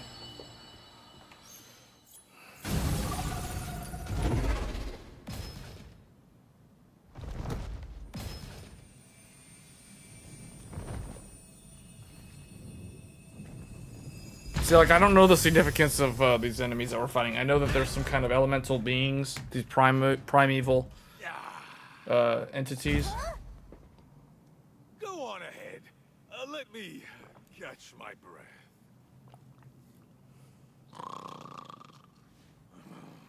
Wait, you're gonna sleep here? That's like Bior, the Twin Fangs from Demon Souls. Like, he helps you in that boss fight, and then after that, he's like, I'm gonna rest. This year is different from last year. I feel like this year, the games that are coming out, they're not gonna be as many of them, and they're not going to be that many releases that are super hard to run compared to last year. Because last year, you, like, right off the gate, Forspoken and Dead Space were very hard to run. Then there was Hogwarts Legacy, which wasn't as hard to run. Although if you had 8 gigabytes of VRAM or less, it was hard to run. And then there was Last of Us, which was super hard to run. And then Jedi Survivor, which was also extremely hard to run. And then we all know how Starfield went down. So, yeah, last year was filled with a lot of, like, really hard games to run on computer, on PC. This year, I feel like this year, if you like this type of gameplay, there's such a natural transition throughout the year. Like, the year starts with this, and then it will transition in the summer to, well, like in the spring, Rise of the Ronin, Dragon's Dogma 2. Then in the summer, it will transition into Dawn Trail. So I feel like the player base that's playing this right now, they're the same people that are playing Final Fantasy XIV, and they're probably going to go to Dawn Trail in the summer. Well, it's not they probably. They are going to go to Dawn Trail in the summer. But they might end up playing like Dragon's Dogma, and they're most likely going to be playing Final Fantasy VII. So that crowd, like that action RPG / MMO population of gamers, are probably going to follow this path like a pack. Literally, like all these NPCs just follow me. They're just going to like follow the pack. They're just going to follow along throughout the year. There's going to be all these games. I don't know what's going to happen in the second half. I have no idea what big games are coming out in the second half. Everything that I'm tracking is first half only. Can I use his weapon? Wondered, when you were part of the church, why did you go to such lengths to protect Lyria? I was only following orders. At least at first. Lyria was the key to bringing salvation. But then you learned all Lilith wanted to save was herself. Lyria was no more than a means to an end. Once she had made Lyria absorb enough primals, Lilith meant to free Angraminyu and sacrifice all who opposed her. I gave myself to Mother's cause. I trained and trained to protect her vision of salvation. There's I learned one. It was all a lie. My life was devoid of meaning. There was nothing I wanted to fight for anymore, except Lyria. Now I'm protecting her because it's the first thing my heart's ever told me to do. This silence is unnatural. Hmm?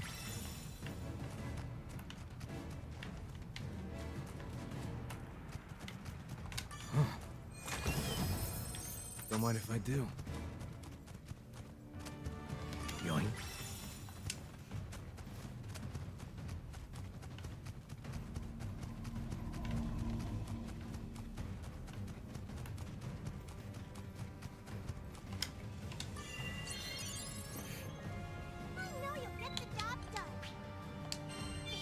All right.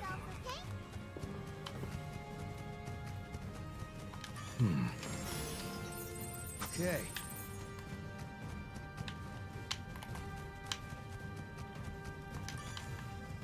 I think this is gonna be the final boss.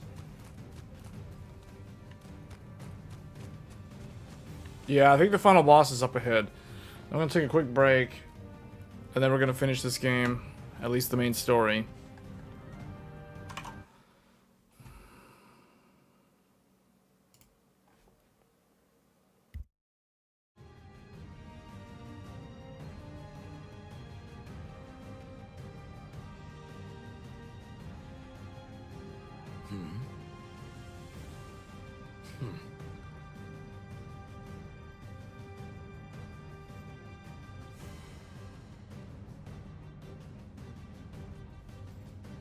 Ugh, we're about halfway there, right?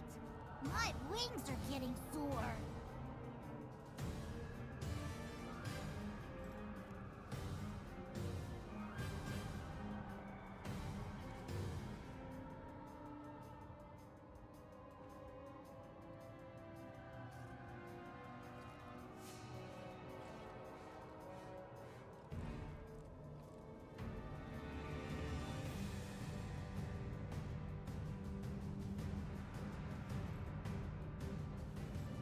I know you're all tired, but we haven't reached our goal yet. Stay strong!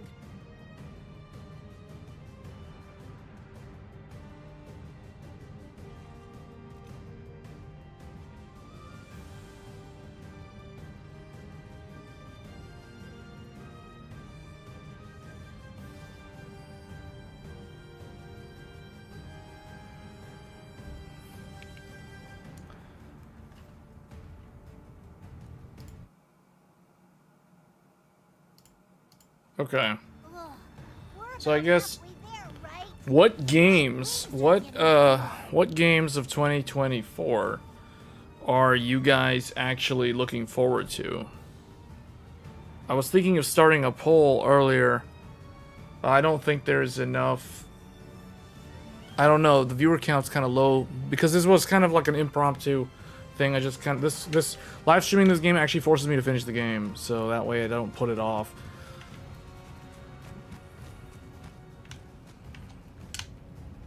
Because I want to try to get through a lot of these before the end of the month. Looks like weird icky stuff is coming to swallow us. Yeah, I don't like the look of that. Who knows what'll happen if we touch it?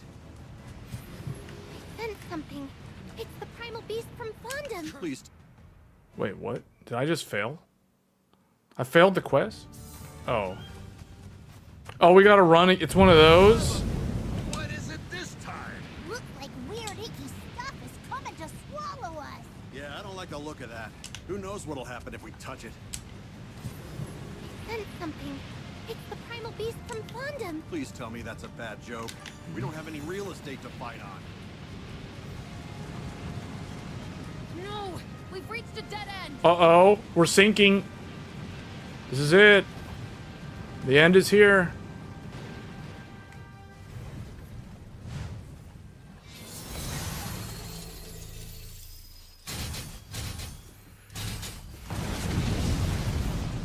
Oh crud! Oh crud!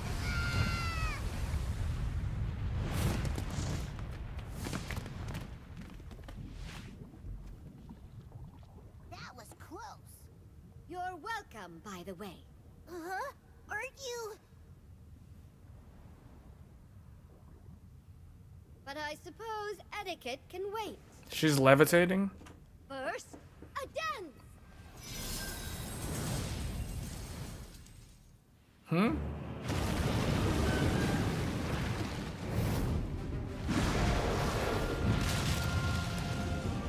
Alright, boss number 3. That means it's probably gonna be a boss number 4. Because this does not look like a final boss.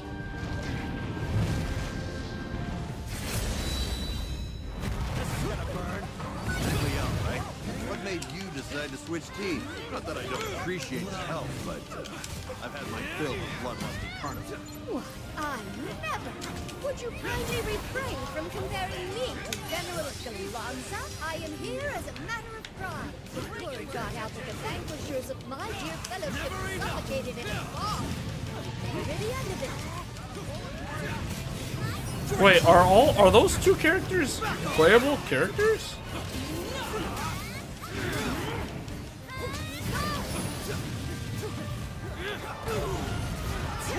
Great timing. Well done. Let's patch you up. Or maybe I'll try aerial combo. Uh-oh. We need to get up here, right?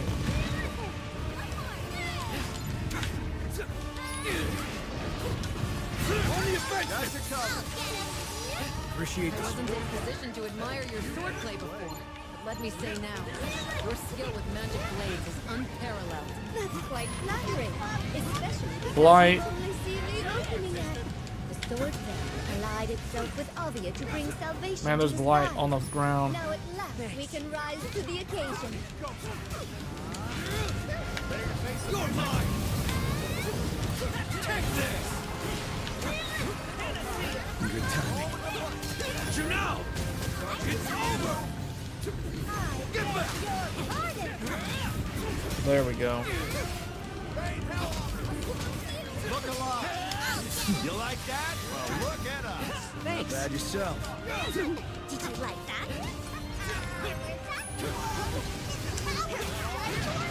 Be careful. Looks like the tempo's about to pick up. Get away from the snake! Going for our footholds. Other than the miniature dragon, I don't suppose any of you can fly.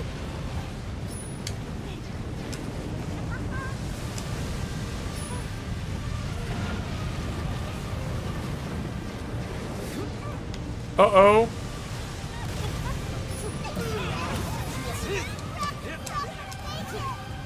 I'm coming!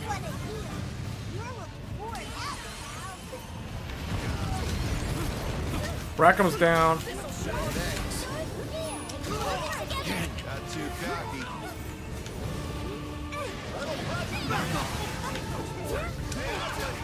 Yeah, he's paralyzed.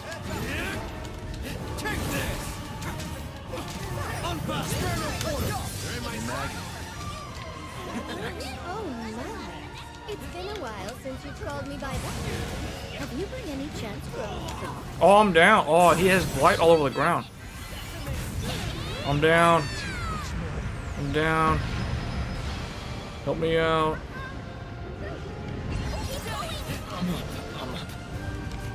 I see through you. I guess I should attack his hands. Because it's kind of hard to hit the waist. Even though this super long sword, you would think, oh boy. I'm like in the boss's hitbox. Or actually, you know what? I'll try aerial combo. Oh, that didn't work. Help is on the way. I need help.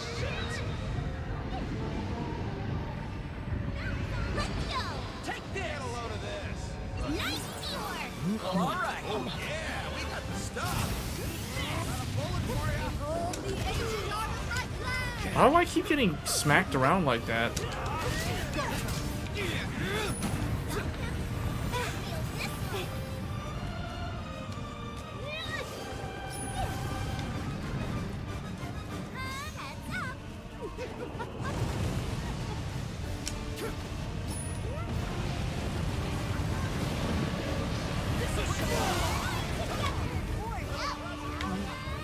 Thanks.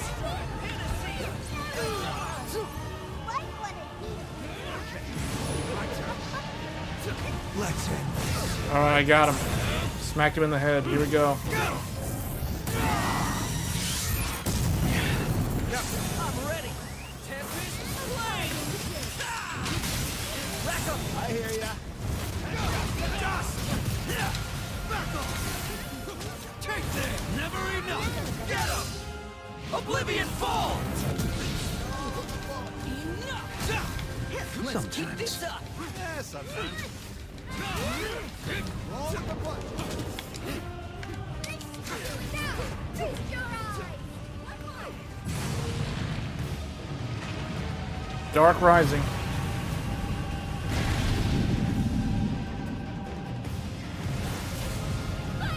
Oh, this thing. Okay, here we go. Here we go. We don't put out that fire, we're toast. Literally. See where the man is flowing from? Aim for those marks.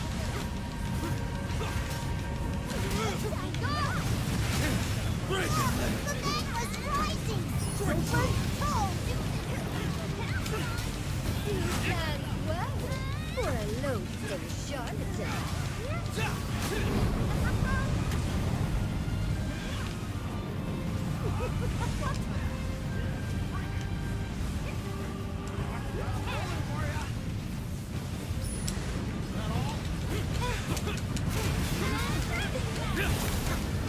Get back!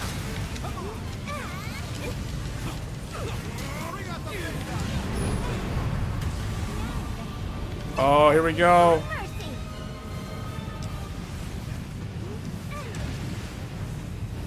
Those that have never played Final Fantasy XIV, this is basically how boss fights in Endgame in Final Fantasy XIV go. Now the stage is set for our grand finale. Oh, this is not good for my blood pressure. Finally, it stopped flailing. Now get in there. Show him. Get ready for counterattack. I guess so. That one got me revved up.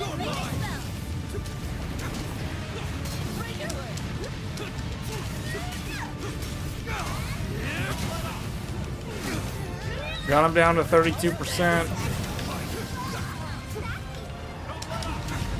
Hanging in there?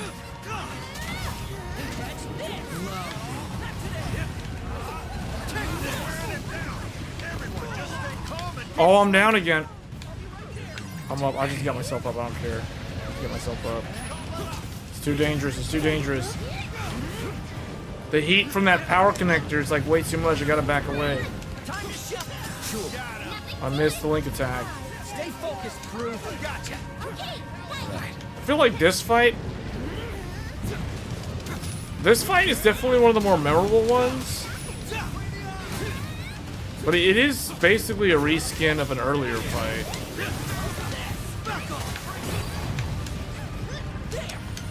Strike true! Be careful! Uh-oh, we made him mad. Watch out! Perfect. Shoot now! What's he doing? Let's patch you up. I can't tell what's going on. Interloper? Oh, he's gonna do the thing. I don't think so. Run away. What?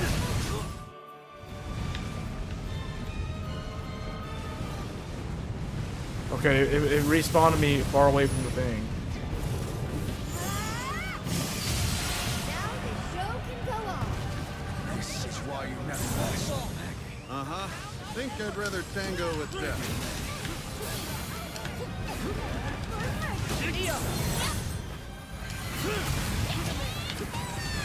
Oh, I'm not gonna be able to build enough. Rackham has to go. Rackham, get him. I can't get enough of the charging time. Back to it. There we go.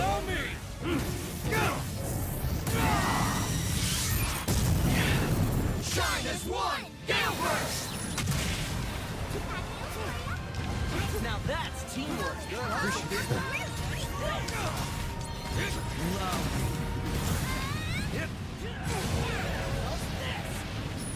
See if I can hit him from behind.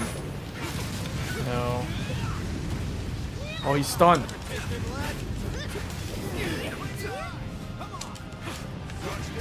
No! Take this! Chop that serpent into pieces. I see through you.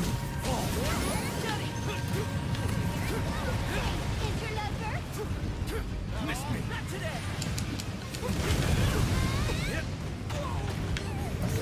I got blight on me again.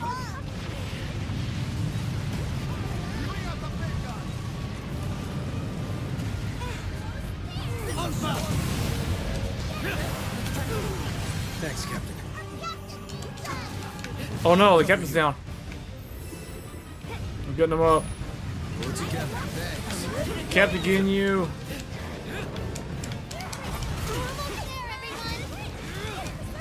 Thanks a bunch.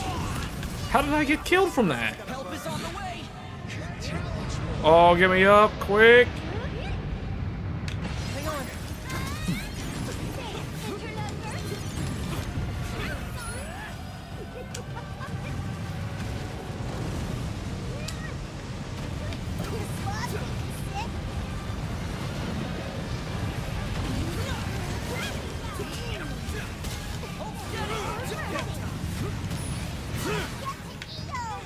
EO's down.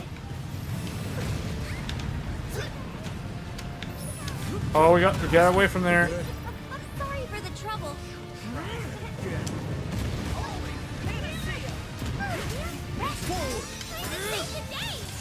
Not bad. You're mine! Janelle! It's over! You okay? Oh, that was close.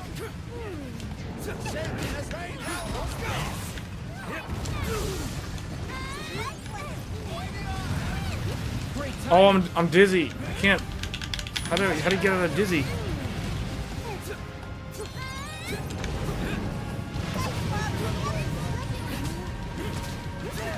Let's do this. Take this!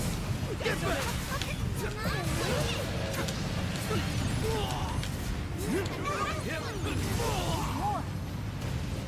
I'm dizzy again.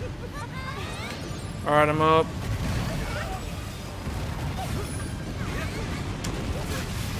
I'm just gonna do air combos.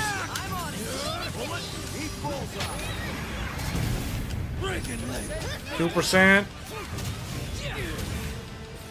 Got him.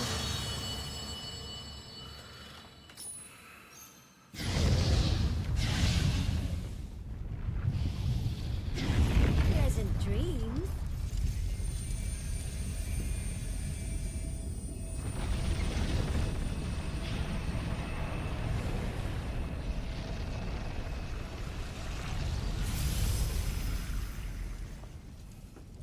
Make no mistake, Skyfarers.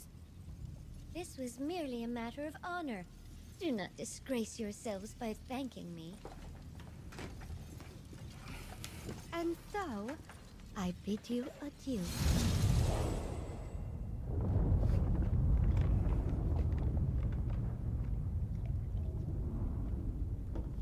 Alright, this is it. The final boss is definitely next. If Magliel hadn't come, we'd probably be s'mores by now. It's too soon to celebrate. Come on.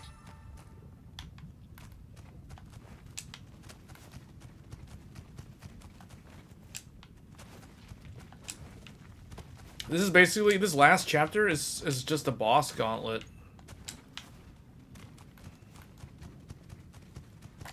Take this! I see through you.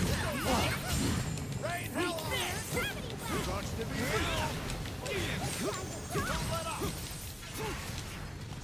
Unbound! Get him! Take this! Understood, Howard. Focus on the path ahead.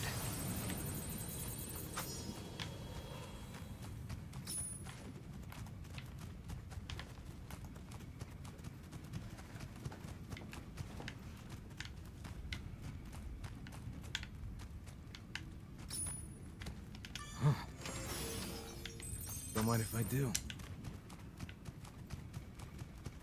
Ceiling's gotten higher. Should mean we're almost at the top. The more I see that sky, the more I hate it. Yeah, Lulu's got some messed up taste.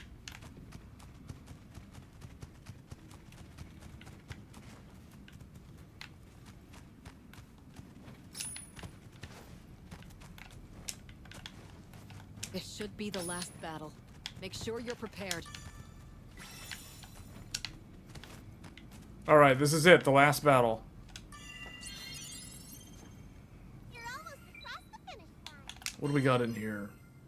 Ooh, you better nab those I mean, do these things actually, do I need these right now? See, that's the thing, like, I don't know what's good and what's not. So I was like, okay, no. And then blacksmith. Forge weapons. Tiamat Bolt Omega. I think we'll just wait for, man, those are pretty good. But I've already got those weapons to level 50, the ones that I'm using. What are the traits on these? Oh, okay, so it raises critical hit rate. Stun power. Damage dealt to weak points. Critical hit. Stun.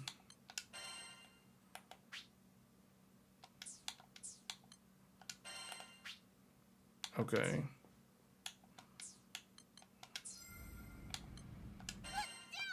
Upgrade sigil. I mean, we actually, hold on, I need to change some of the gear that I have. Can this guy wear sigils? Should I give him sigils, or am I going to lose his character?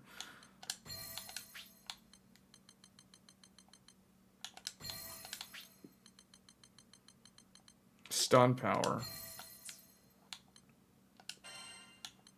Brawn should go to health 3.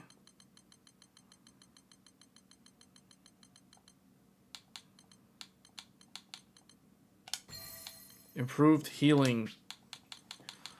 That's either going to stay that way that is, or it's going to go up even higher to heal level 3.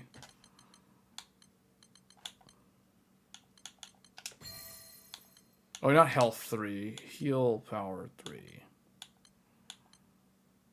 Never mind. Improved healing 2.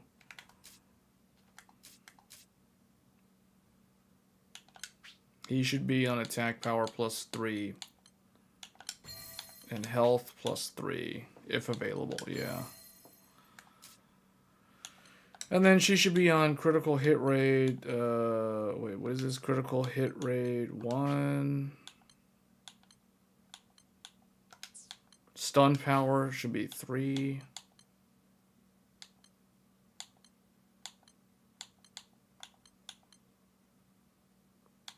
Oh, that's all I've got. What does this do? Tyranny. It reduces maximum base health in exchange for a boost to attack. Tyranny 3. Okay. Oh, okay, that's so her attack.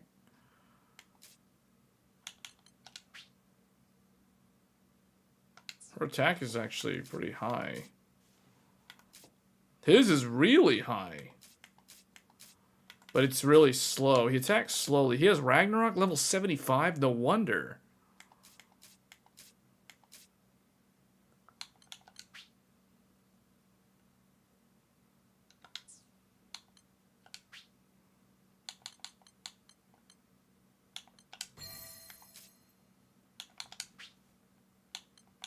He should have a higher critical or stun too.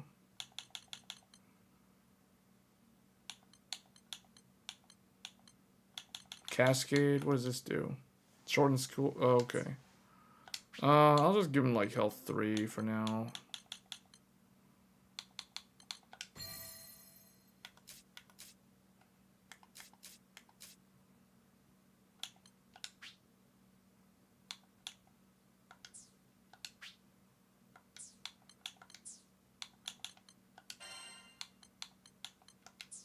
Why is Eugen... Why does he have like a thing on him?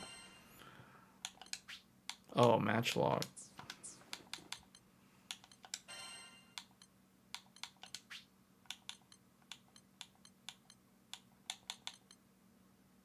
Critical damage.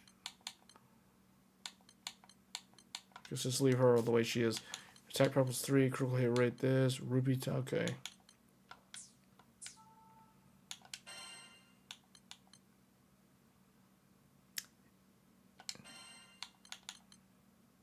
Let's do this. Do I want 3 melees and 1 range though? Kept me waiting long enough. Yeah, we'll go with Eugen, I guess, and let's see. I need to change his gear though. Health 2. He should have like a... I guess attack 2. His attack power is kind of low, but he's ranged though, so maybe that's why. Oh, that's why. He doesn't have very high offense. What's his weapons level? His weapon's only level 30. That's probably the problem. I know you'll get the job done. Forged weapons. Eugen. Leviathan muzzle. The bizarre wing takes 3. Is this the same for all of them? No, it's different. Durandal. Wait a minute. Oh, Griffin's feather. Are these all different? Blade of purification. Oh.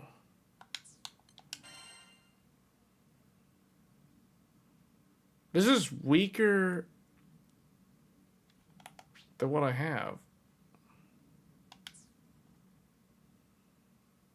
But it's 10 levels lower.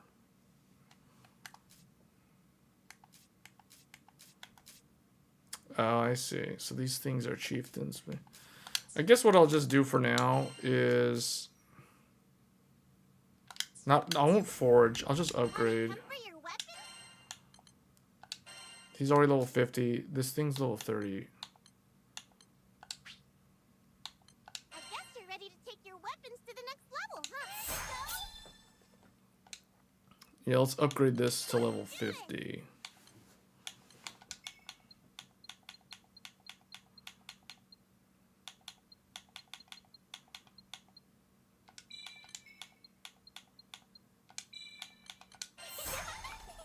There. So now he's got level 50. So all my characters now, except the ones I haven't been using. Oh, what? Rackham was fighting with level 30? No wonder that fight was taking so long.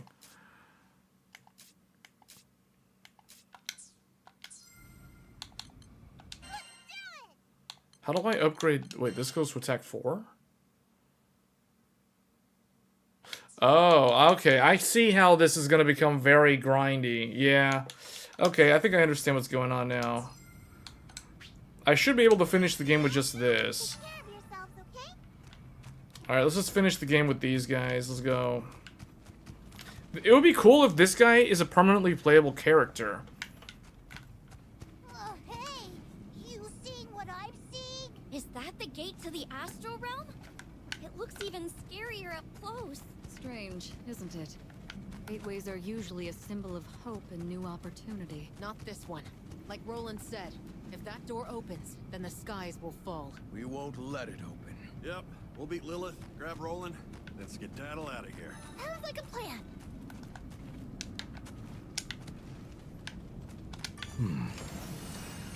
Not bad. Huh.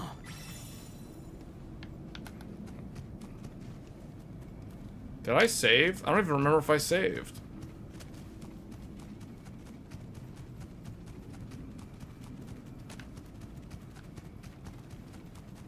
Well, good thing I decided to backtrack. I forgot something. Yoink.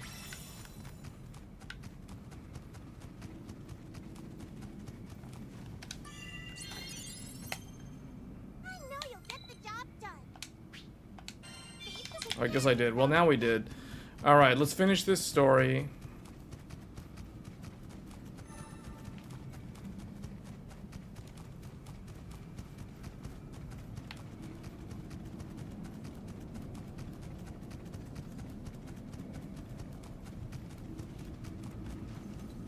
Yeah, this is definitely the final boss fight.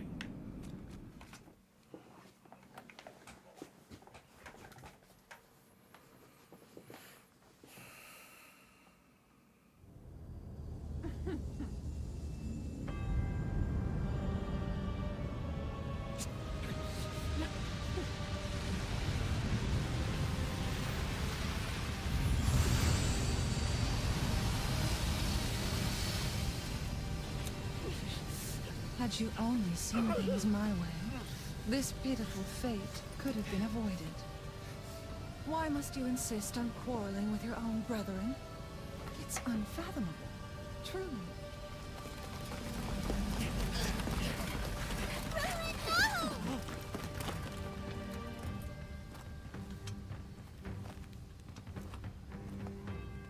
Ah, shaman. Impeccable timing as always, I see. Can you feel the grip of imminent salvation? I invite you and your other half to watch.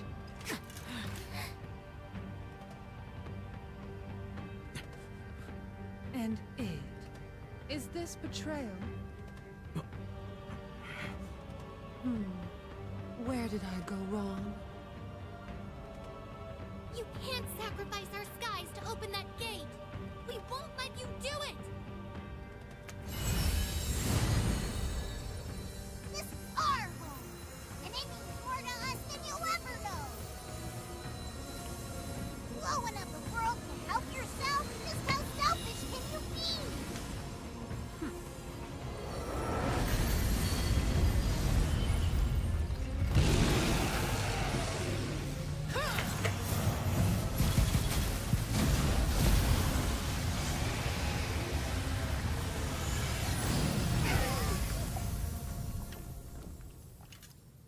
Once I reach Estalucia, I shall guide this world to utopia.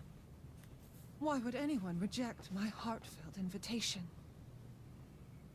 How I pity you poor, misguided creatures. Yeah, like we give a crap about anything you say. Your messed up utopia is built on sacrifice. No way we're letting that fly. Options fail me. I can no longer sway your hearts or minds.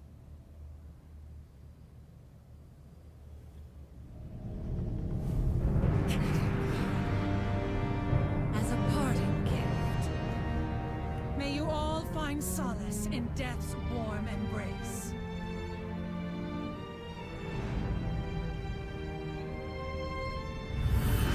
We're really fighting this thing? Please don't disappoint. Whoa, he's me level any 45? further. You can still redeem yourself. Eradicate these nuisances and come back to Mother. Please listen to me. I think you've lost sight of the big picture. What's of use guidance when compared to all of eternity?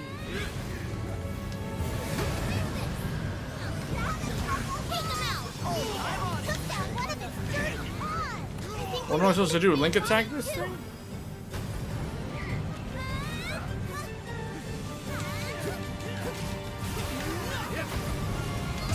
If we go wormhole, what happens? I can just absorb Angra you. I'm afraid that's impossible. Angra is completely under my command. We can go into an alternate dimension to fight him in the Shadow Realm?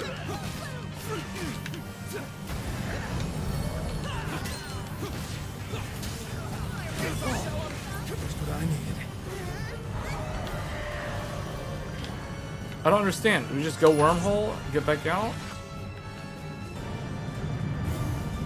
Oh, it seems I'm a bit short on power. Wait, maybe we don't want to fight him out here? Be a dear, won't you? Well done. Hang in there, Roland. We're gonna save you. Slash and bash. Hold steady.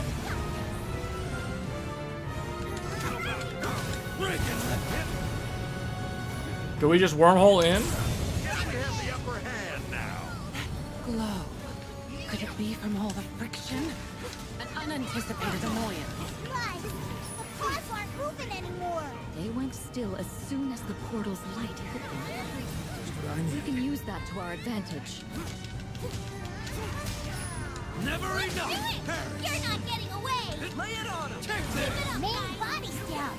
Time to unleash heck. Oh, okay. I had it.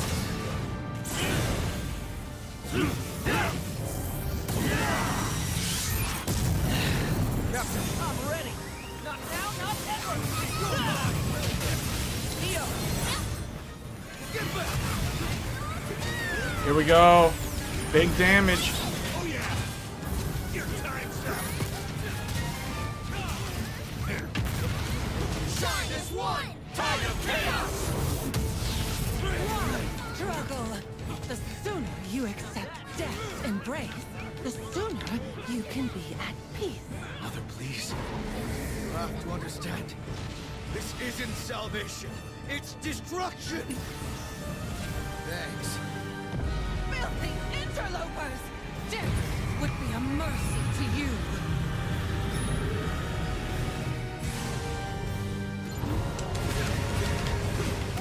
Again. What the hell? How are we supposed to dodge? Can we block it?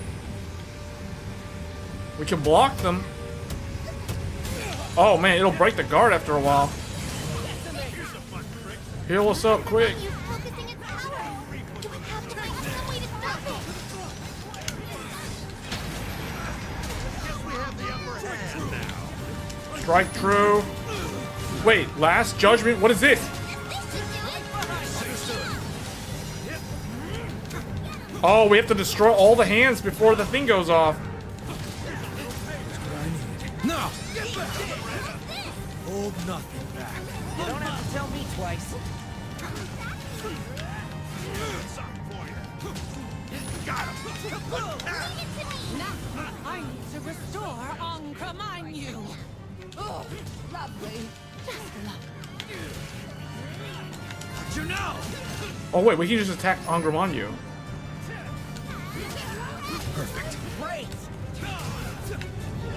Take this! You reap what you sow.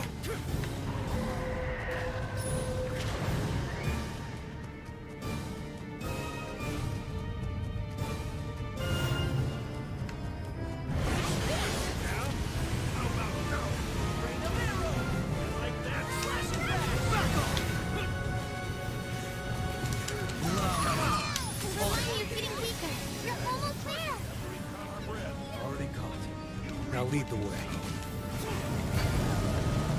Alright, here we go. In the wormhole.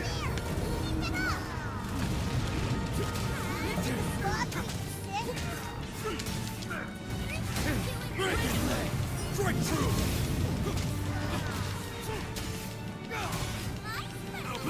It's a clean break. Yes! Here's my backup. Spot. Do something else, kid. Don't go crying home to mama. The answer gets to know now. Get back.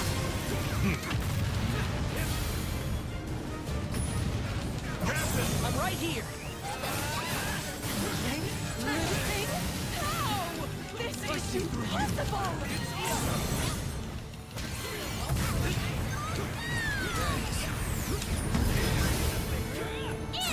I'll break them.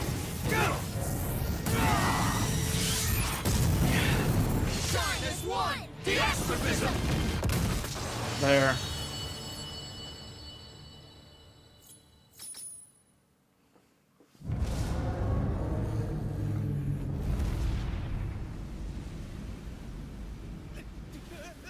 Oh no! Fix it, dude! He just like fell from way up there. You minuscule sky dwellers find such power! Hey, look, the gateway's closing. I'm sorry to preclude celebrations, but we're not done yet. For a fraction of my soul, I'll buy all your death! Her power's flowing into Angra. She's attempting a fusion. Is she that desperate to live on, even if it means she'll stop being an astral?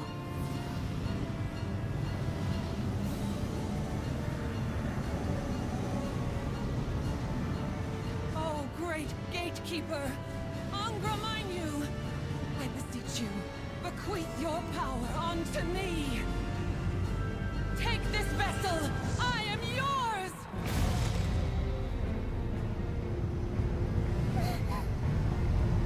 Something terrible is coming.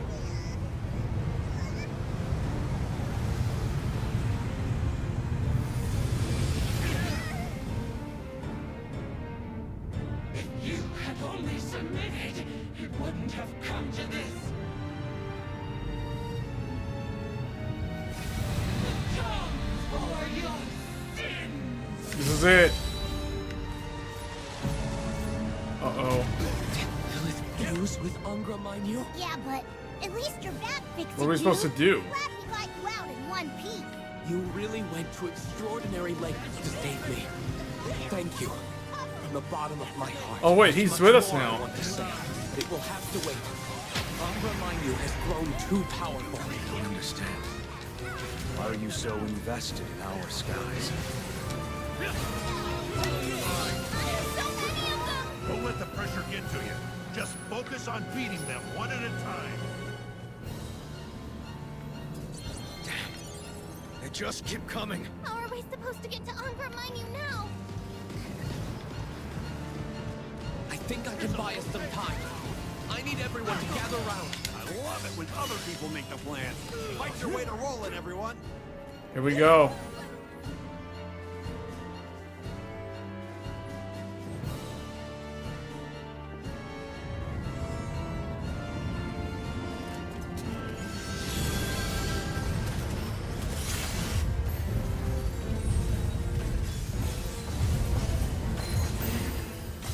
Don't stop! You mustn't give up hope! You foolish, foolish nightmares!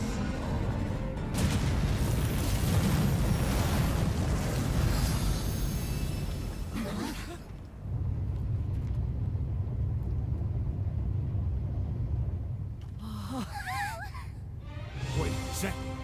It's Excavalian's cannon. Did you miss me?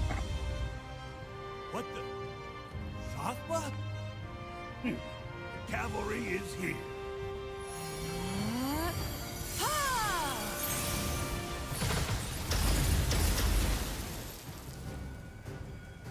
We thought you might need your ship, unless you plan on walking home.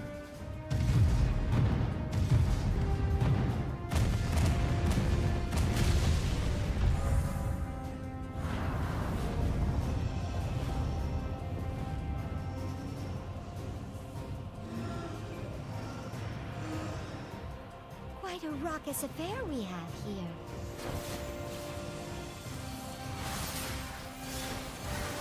Let's calm it down before it gets more out of hand.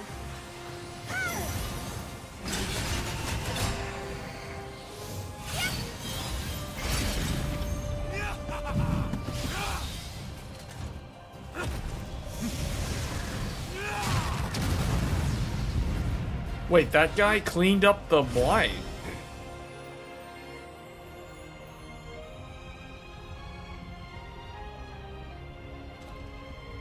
Look at how you've united the sky. It's time for us to join as one. The world rests in our hands.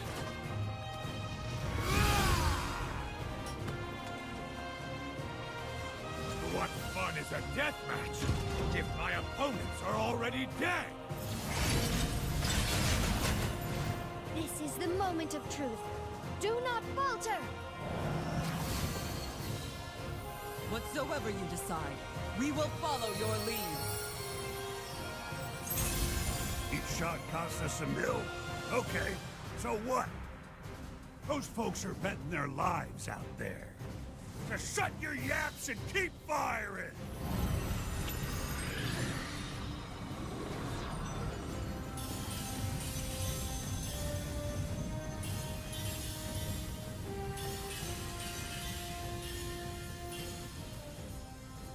Everyone's here. Our bonds are stronger than ever. We shall prevail. Let's show her what's up, Captain. Us Sky Dwellers are taking a stand. Yeah.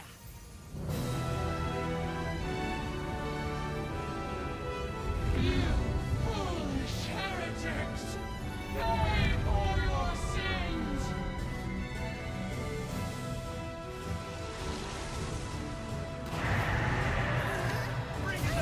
Let's do this. Get him! Attack! You got Lead it. the way! Your time's Ready, up. Captain? No sweat, right? We're all here for you. Don't you know? Let's win this! Together! Come on, then. Let's go out with a bang. I hear ya. Get ready for the coolest fireworks you've ever seen. Yes. Enough of this madness. The skies are counting on us. What you made of, boys? Just for today, we're working for charity. Got it, boss. Round up these petty servants of evil. Their lord and master we need to use. You know what the best kind of fight is? The kind that never ends. Swear on the Sword-Veiled Fellowship, you will not get past me! They're holding back the Shadow Army. Now's our chance to get Lilith. Isn't it beautiful, Lilith? This is the power of emotion. The undying light of heart. This is where our research should have led. To the strength Sky Dwellers derive from love. Love of home, of friends, and of family. And somewhere along the way, you turned awry. You found a window into the darker emotions of the mortal mind. You preyed on fear and desperation, making empty promises, aggrandizing yourself until the people worshipped you as a god. You took advantage of their faith and raised armies that overran the Zega Grande sky. Think back on all the violence you've incited. Does that really look like a path to utopia? Your megalomania is a threat, no matter where you are. I will never let you return to Estalucia! Let's do this. Follow me. This Understood. Got you. On me. Or we can just fight her in the Shadow Realm? Oh yeah. Yep.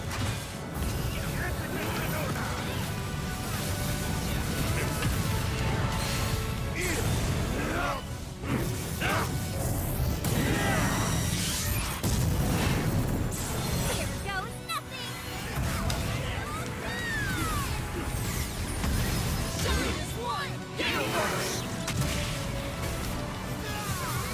Now that's teamwork.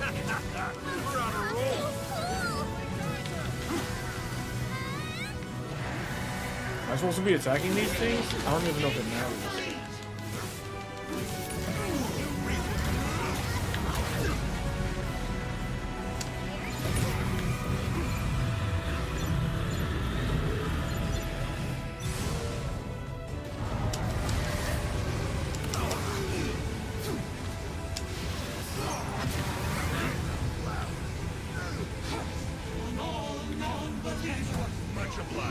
Io's down. I need to get her up. Where is she?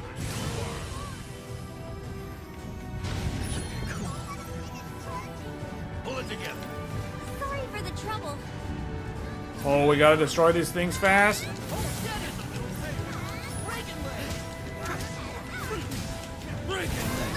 They're mine. You have my aid. Keep it up, guys. Loud and clear. Let us see this through.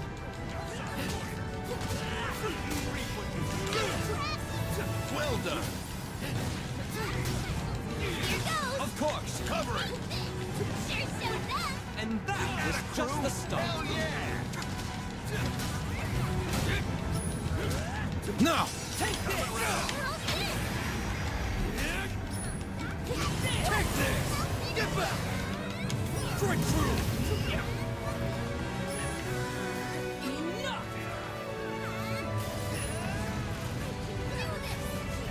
Thanks. I see through you. Follow me. Get ready for the next one. Roger, done. You don't have to tell me twice.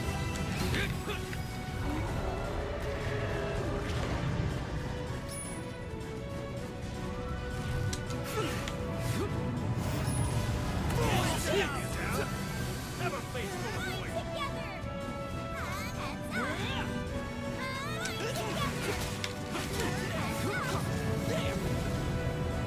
Steady! Yeah! Not today! Rain of arrow!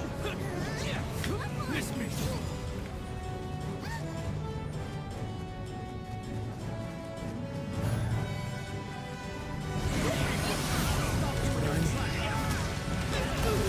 Well done. Unbound. Again. Now I'm ready. Panacea! After them. Eat this! I'll follow your lead. True allies are priceless. Let's keep it up. Let us prepare for the next foe. Alright, we're going wormhole. Time to take it. Infinite Pinona. Take this. Never enough. How did I get behind the boss? Right here. I'm like behind the boss. Io!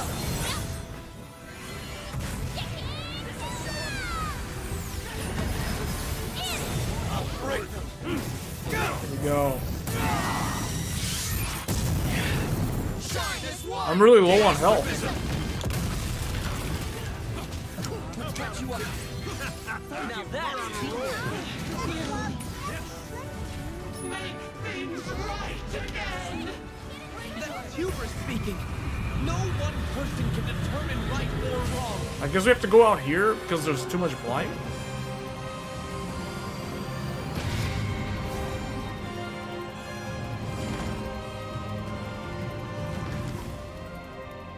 Are you kidding me? Those giant hands are back. Yeah, along with those lugs from before. Let's just hope the shadows don't turn up again. Destroy the new arrivals. We can't afford any distractions. Distractions is the understatement of the century. These damn laser beams. No! How's that? Bet you wish you hadn't messed with us now. Is there a wormhole?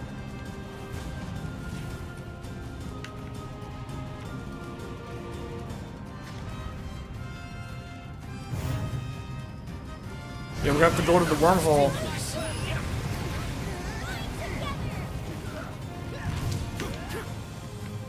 There it is, the keeper.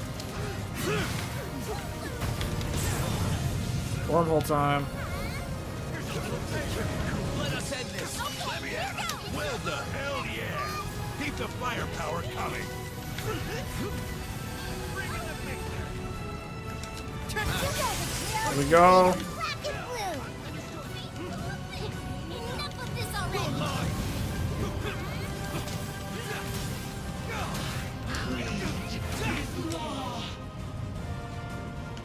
My words are true!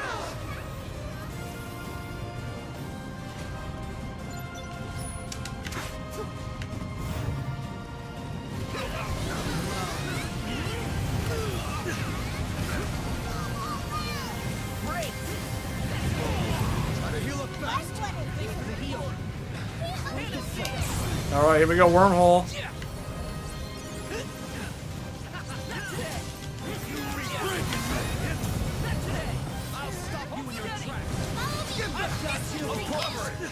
you see my magic? That's why we love you.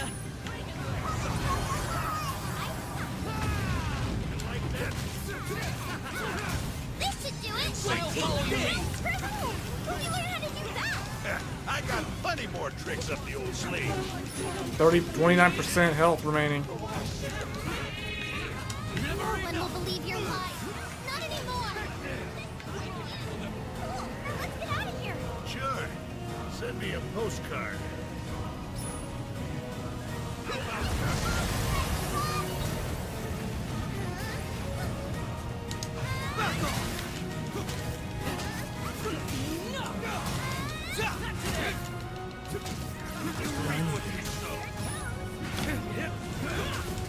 Assist me. Bring it on me. You're the best. I must return to the astral realm. I must open a path to Esther Lucia. Trying to sacrifice a world. Is it really worth it? Appreciate it. Oh man, that's a lot of AoEs. Well done. Organs down. Coming. Get him up. You have to focus. Eos down. That won't happen again. You can stand here. We're going wormhole. Thank you. I see through you. It's over.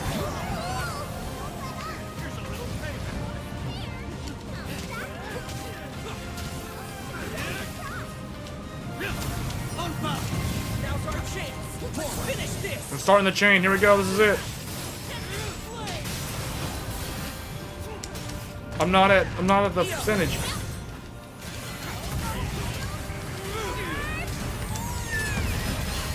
There we go.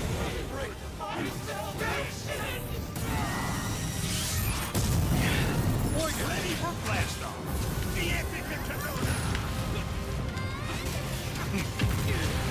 Shine as one. Gale burst.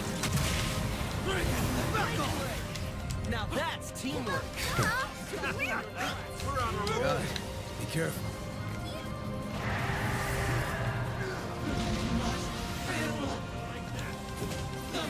He's in overdrive. Uh-oh. Oh, this is it.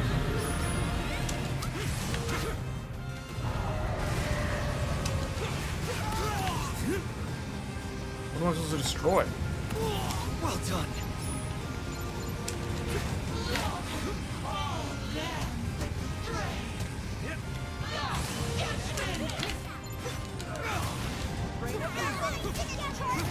Take this. Forward. Oh, yeah.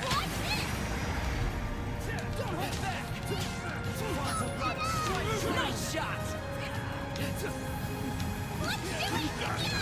Strike true. Perfect. Bring it.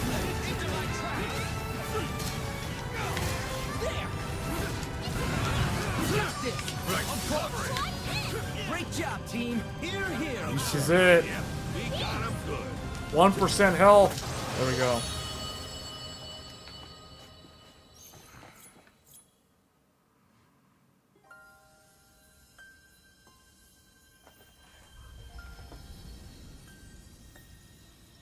It's over now. Please, no more bloodshed.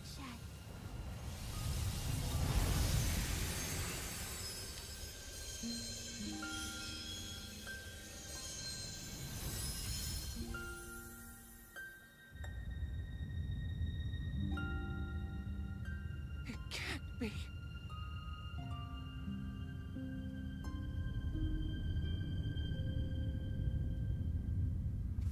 I don't understand the lore. I don't understand the significance of the astral realm.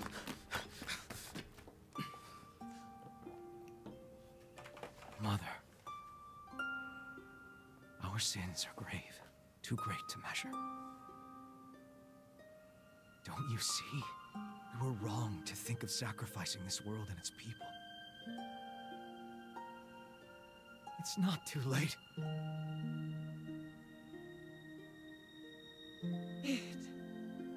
I'll accept my fate. So please.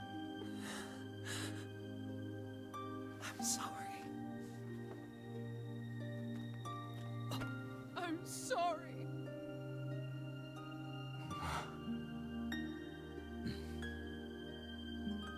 I haven't been truthful with you from the start.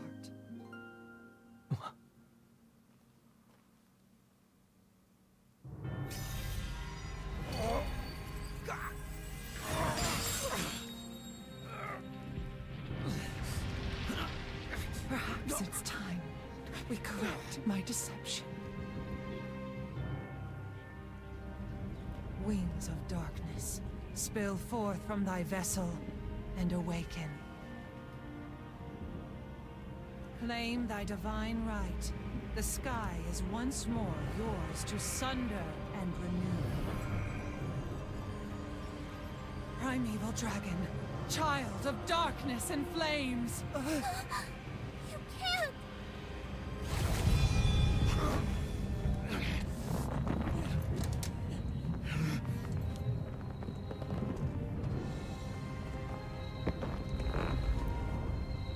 Thy name is Bahamut.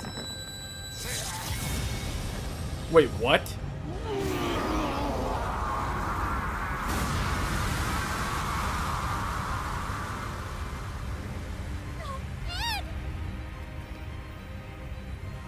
Eat! My handsome little boy! Spread your wings and burn it all to ashes! Ashes as white as your beautiful locks! Perhaps it will be this cycle. You will heed me! Make your mother proud!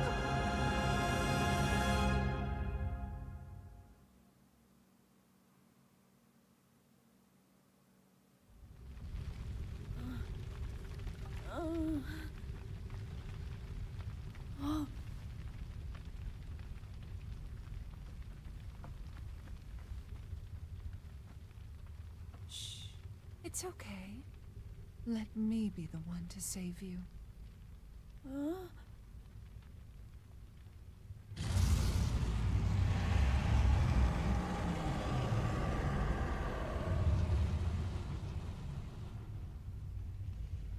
Perhaps I acted in haste. So swiftly you sensed the dimensional distortion. Oh, meddlesome wings. You who defy the stars.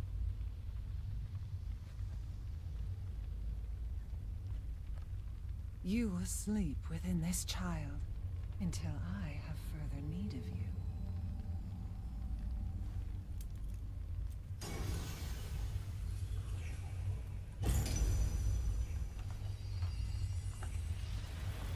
Wait a minute. So if she sealed Bahamut...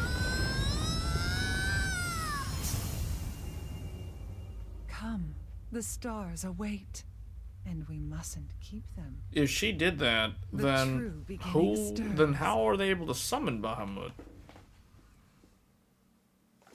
How were they able to summon him if he was sealed inside the boy?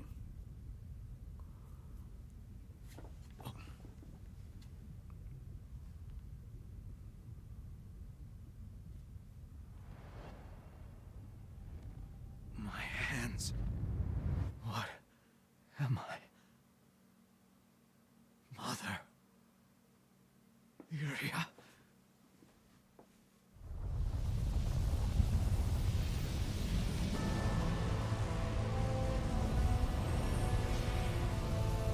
I guess he's true Bahamut.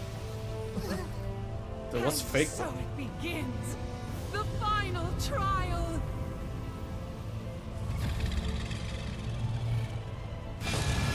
Man, this is like a boss gauntlet galore. There's so many of them.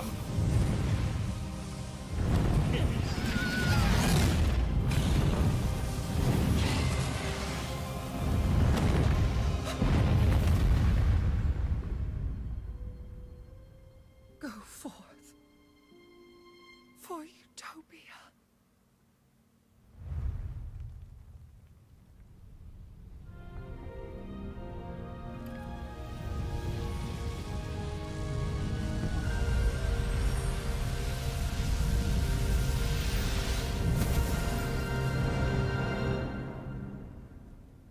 Huh?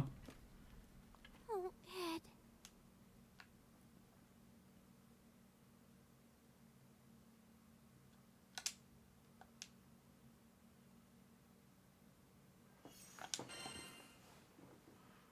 Okay, final chapter. So that wasn't even the... Wow. Okay. Id had become a dragon and vanished into the somber skies. His roar, which echoed like a distant peal of thunder, electrified me with sadness.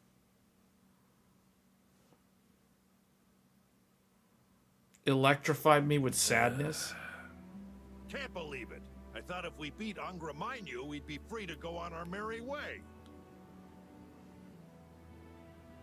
No kidding. Why did Id have to go off and become Bahamut? Right. In which case... Hey, what are you thinking about, Roland? It's like you've got all your gears whirring. It's starting to come together now. Especially if she used a mind sealer on him. The mind sealer is what they used to rob Lyria of her free will. What does it have to do with Bahamut? Everything. Lilith and Bahamut, destruction and rebirth. Everything is linked. How about giving us the gist? Essentially, it comes down to why Lilith failed to wake Angramanyu 15 years ago. I heard the Sky Realm's Bahamut appeared after sensing an overwhelming astral presence. Perhaps that was more than rumor. You call that the gist? I'm even more confused. Sorry. 15 years ago, Lilith summoned Angramanyu. At the same time, Bahamut manifested to face her. But this was not the same Bahamut you all know. Let us call it Bahamut Versa. Bahamut Versa? It sensed the unfathomable power of Angramanyu and consumed it. Stopping Lilith in her tracks. But now...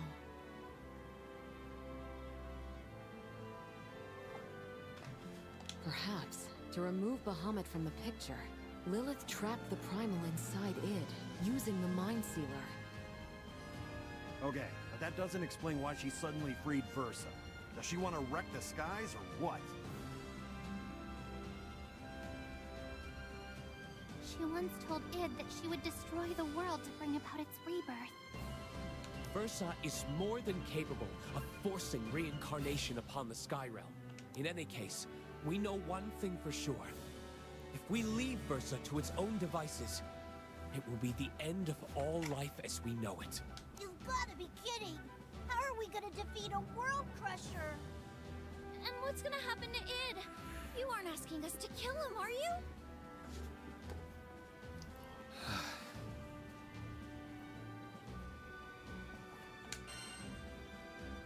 There's only like one dialogue choice. What was the point of there even being a dialogue choice? Not gonna happen. Not gonna happen. You still got a debt to settle with that punk. Can't let him off so easily. How do you know Id's still in there? Even Bahamut's got nothing on Even it? What? Bahamut's got nothing on Id. What? Exactly. Guy with a stick that far up his butt? Even an apocalyptic dragon couldn't push him down. Even if we can't get through to him, he'll survive a beating. He trounced us, right?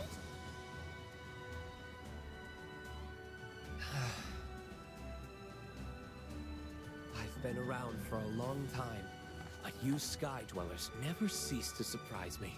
I never would have dreamed that a single crew could save Tempeal, or pacify Excavalion, or defeat Angramanyu. But you've taught me that it's not longevity or physical strength that's important. It's the power of your heart. You have my complete faith. I believe that nothing in all the world will keep you from saving your friend. It's settled! We snap Versa like a piñata till it coughs up Id! Yeah! Is this gonna be an aerial battle? Yes.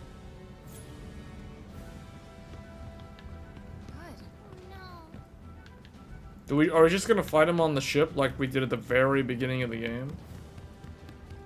Awesome.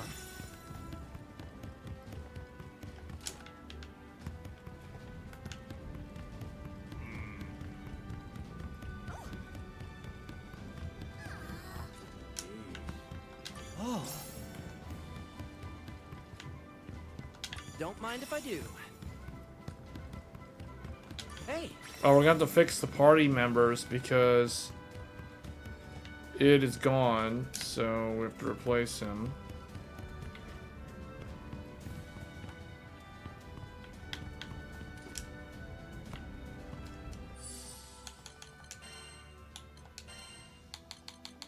Let's get okay, he was a dark element. I guess get Where are we going? get the samurai girl. And then I guess we'll go to fire. Rackham's weapon is not leveled up, is it? Oh, his weapon's only level 30. We gotta go back to the town.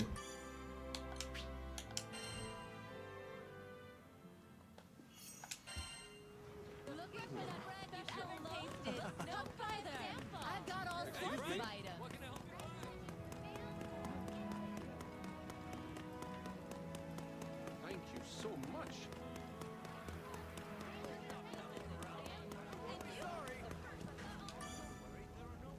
Skyfarer, I see. Pepper in your weapons? Let me show you what my master... Oh, we don't have a land beast claw? Come again. I need land beast claw. What you in the market for? Now here's an offer you can't refuse. There it is, land beast claw. I just need one. Got some goodies for you. Thanks for the business.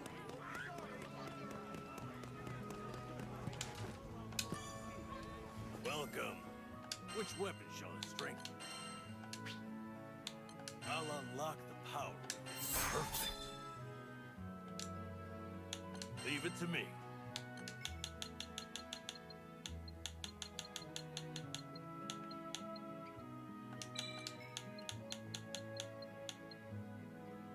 Wait, what?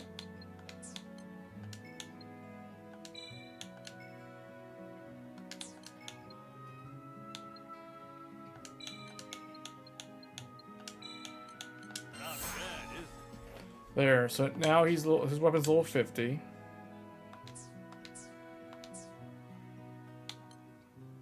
Thanks for coming. Let's go with Couldn't resist my help? she's the only earth character or water character. I'm all ears. Pepper in your weapons?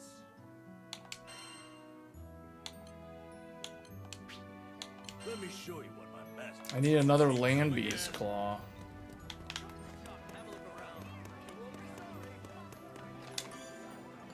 A fine hello. Now here's an offer you can't refuse.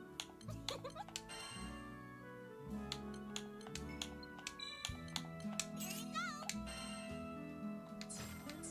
Good luck out there. You'll be wondering why haven't I heard this all? I think it's better to recruit the newer characters once you have these guys leveled up, because I think they let your newer character Always strive to be. It can be tempered even more now. Leave it to me. basically gain a level very similar to the... I guess we'll just go that way.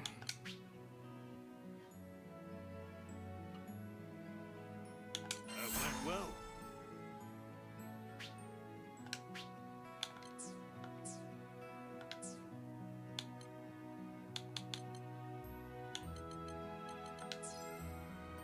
Take care.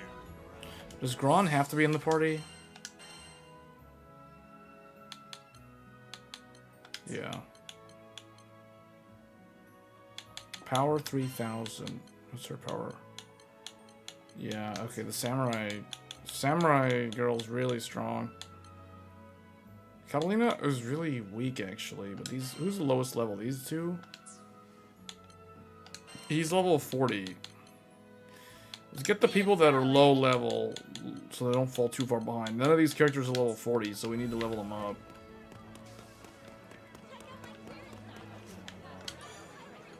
What's you in the market for? Sending out the old crew signal, eh? Who should we poke?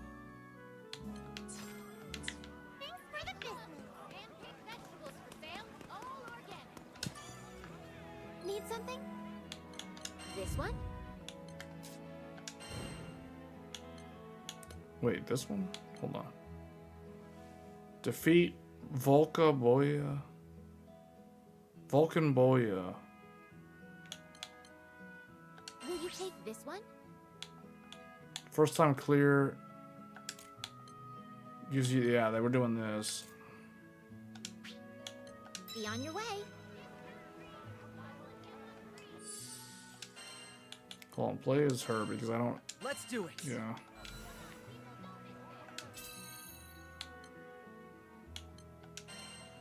Alright, here we go.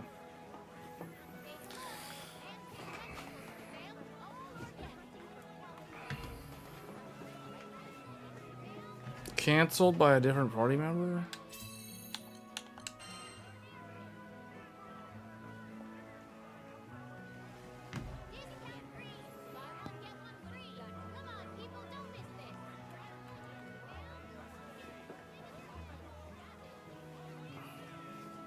My party is about like 5 levels lower than where it needs to be.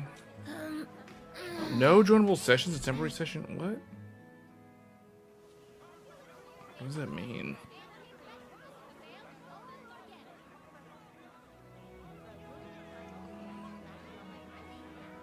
Oh, does this mean I'm like the host of the session? It's kind of like Monster Hunter.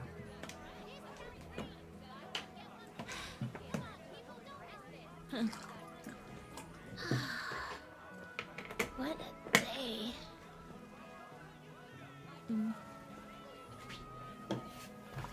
No, players matching your criteria. Do you want to try again? You can also start this quest with your current party member by changing matchmaking to closed. I'll try it again.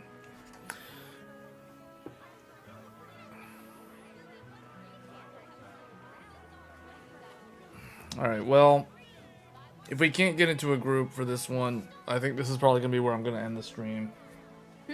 We're coming up right on 3 hours. So that was the second to the last chapter. I thought that was going to be the end of the game, but apparently not. There's still one more chapter before we get into post-game.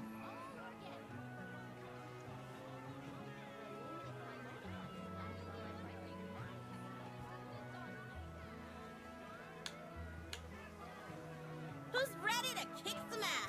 Okay, so it looks like we did find a group.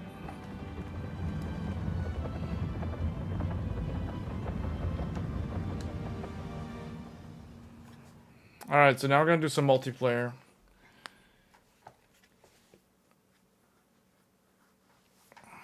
We'll see how this goes.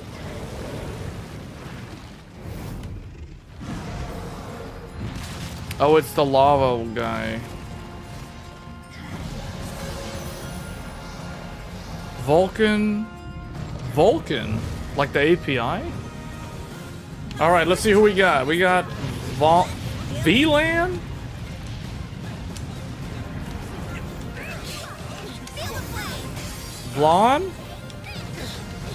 Blonde, Nala, Rain, and Hey, that really worked.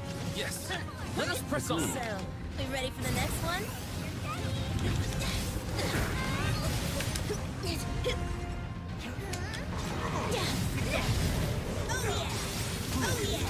oh man, Dragoon style.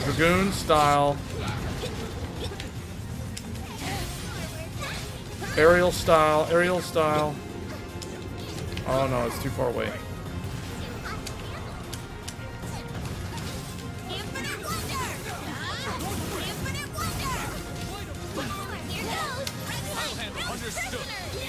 There we go. I'm gonna try some air combo.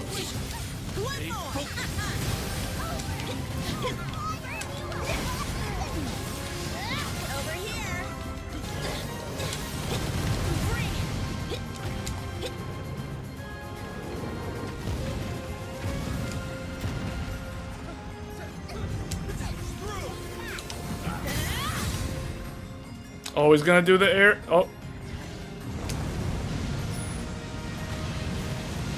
Watch out. Follow me.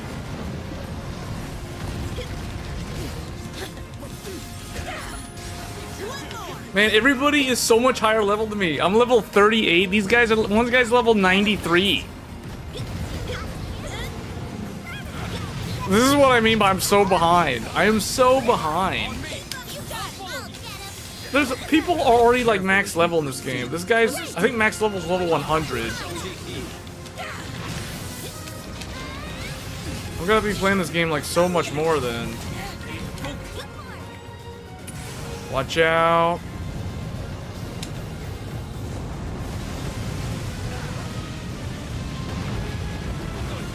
Oh no! Vlan is down.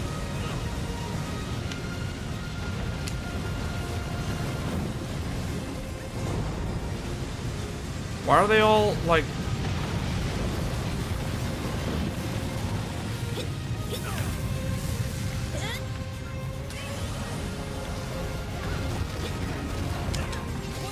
Alright, here we go, here we go.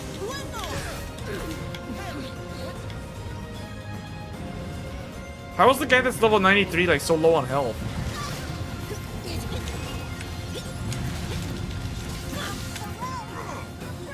Oh, I'm dizzy. I don't know what to press to get out of it. After me. Understood. Nice work. Thank you. On ivory wing.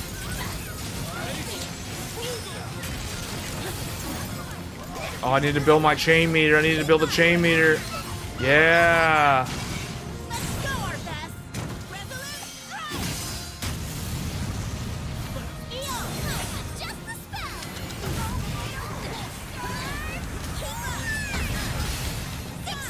They won't escape. Siegfried's in the game.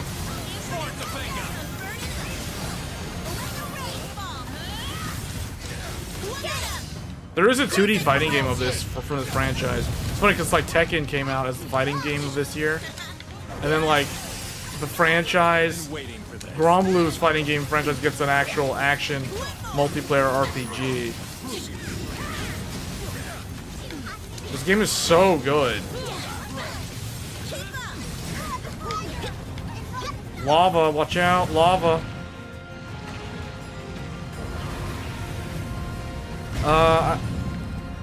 We'll see. I don't know. I'm feeling really tired, actually.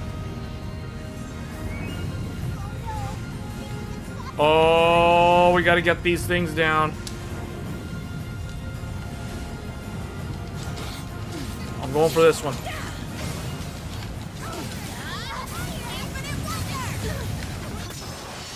We got him.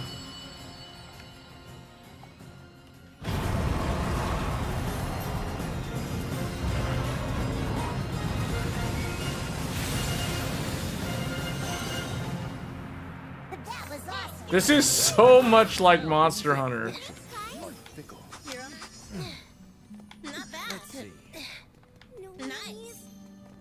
Man, this game is awesome. This game is gonna be like a 100-hour plus easily.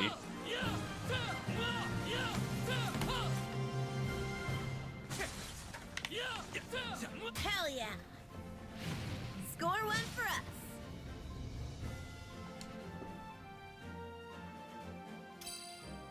Let me see. How did I do? I got 69,000 honors, specialist, long distance runner, aerial assaulter.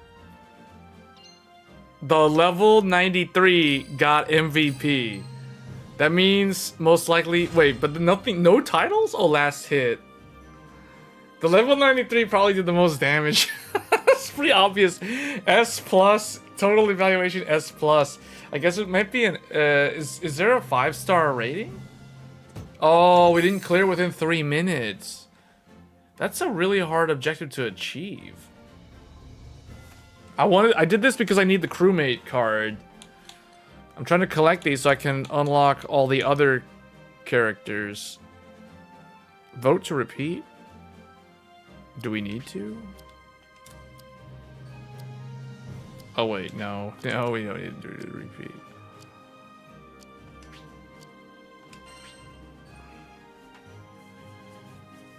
Okay.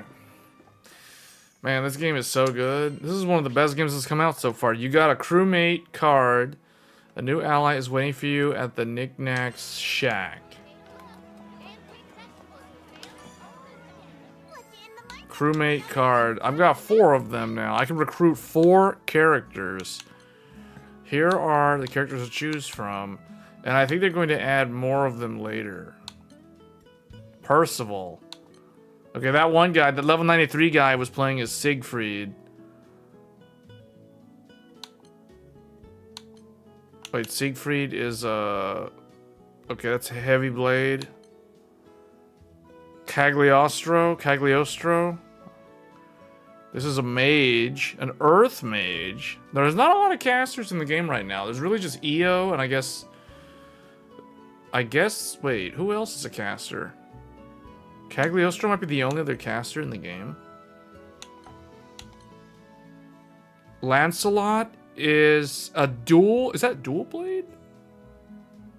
Whoa, Lancelot uses dual blades?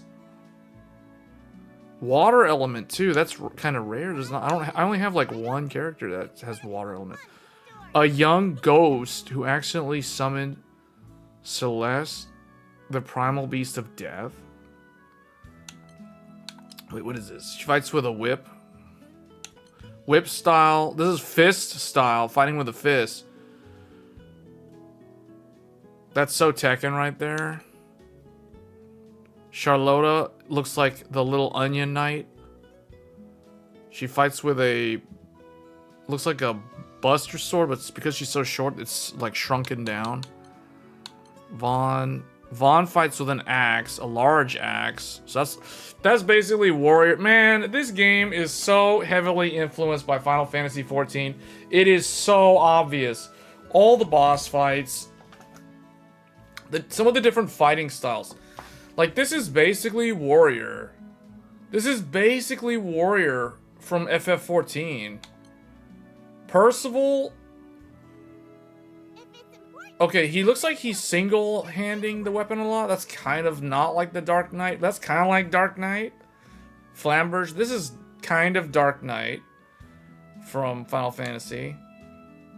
Siegfried. Oh, Siegfried fights like a Dark Knight because he's two-handing that sword. It's kind of like Nightmare. That's Siegfried straight up from Soul Calibur. He even holds the sword in the exact same way. Cagliostro's a mage. She fights with a book. Okay, so she forms all kinds of like magical weapons. That's different because EO doesn't fight like that at all. EO fights with a staff. So this is more like a kind of like a summoner or a sage, except she summons like weapons and like Noctis instead of different demonic creatures. Yodara. Whoa, that's some cool swordplay right there. Is that dual blade? Is that dual? Oh, okay, this is samurai. This is like a, what is this? Oh, this is another samurai. Only he's fighting with 2 swords. Kiku Ichimonji. And then I already recruited Zeta because she's a dragoon. I wanted a spear wielder who has all the aerial combos and it's his fire element. Vasagra, the scythe style, basically Zasalamel. Or the Reaper from 14.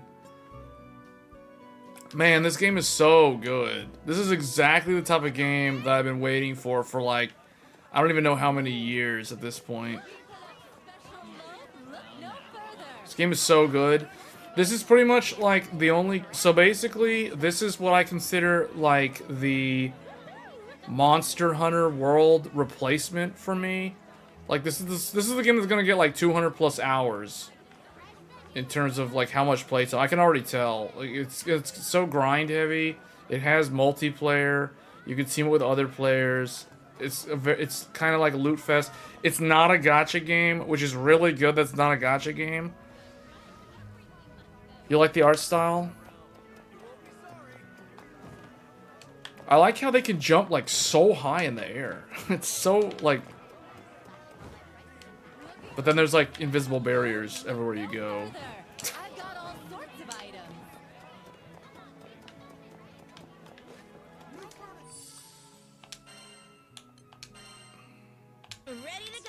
Yeah, then you got samurai style.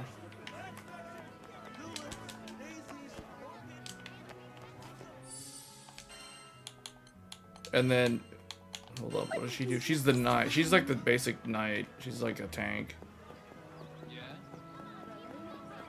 Kind of the most boring character so far in terms of the fighting style. But tanks are never really that interesting. Yep, let's move out. Sniper with an eye patch. Yeah, this game, what's the max level? I believe it's 100. You can level up all the way to 100. So you can tell, like, I'm not even halfway there. There was one guy in that multiplayer match just now that was level 93. So that guy's getting pretty close to max level. But yeah, that's why you can tell this game's gonna have a lot of replayability, because the max level's 100. There's so many optional boss fights. There's gonna it's crafting, like you're gonna want to craft the best weapons. You're going to want to craft. I think there's also like the different. Let me see. You can unlock different. I don't know about different outfits. Maybe there's gonna be outfits, but there's different, like the color scheme, I guess. You can change the color.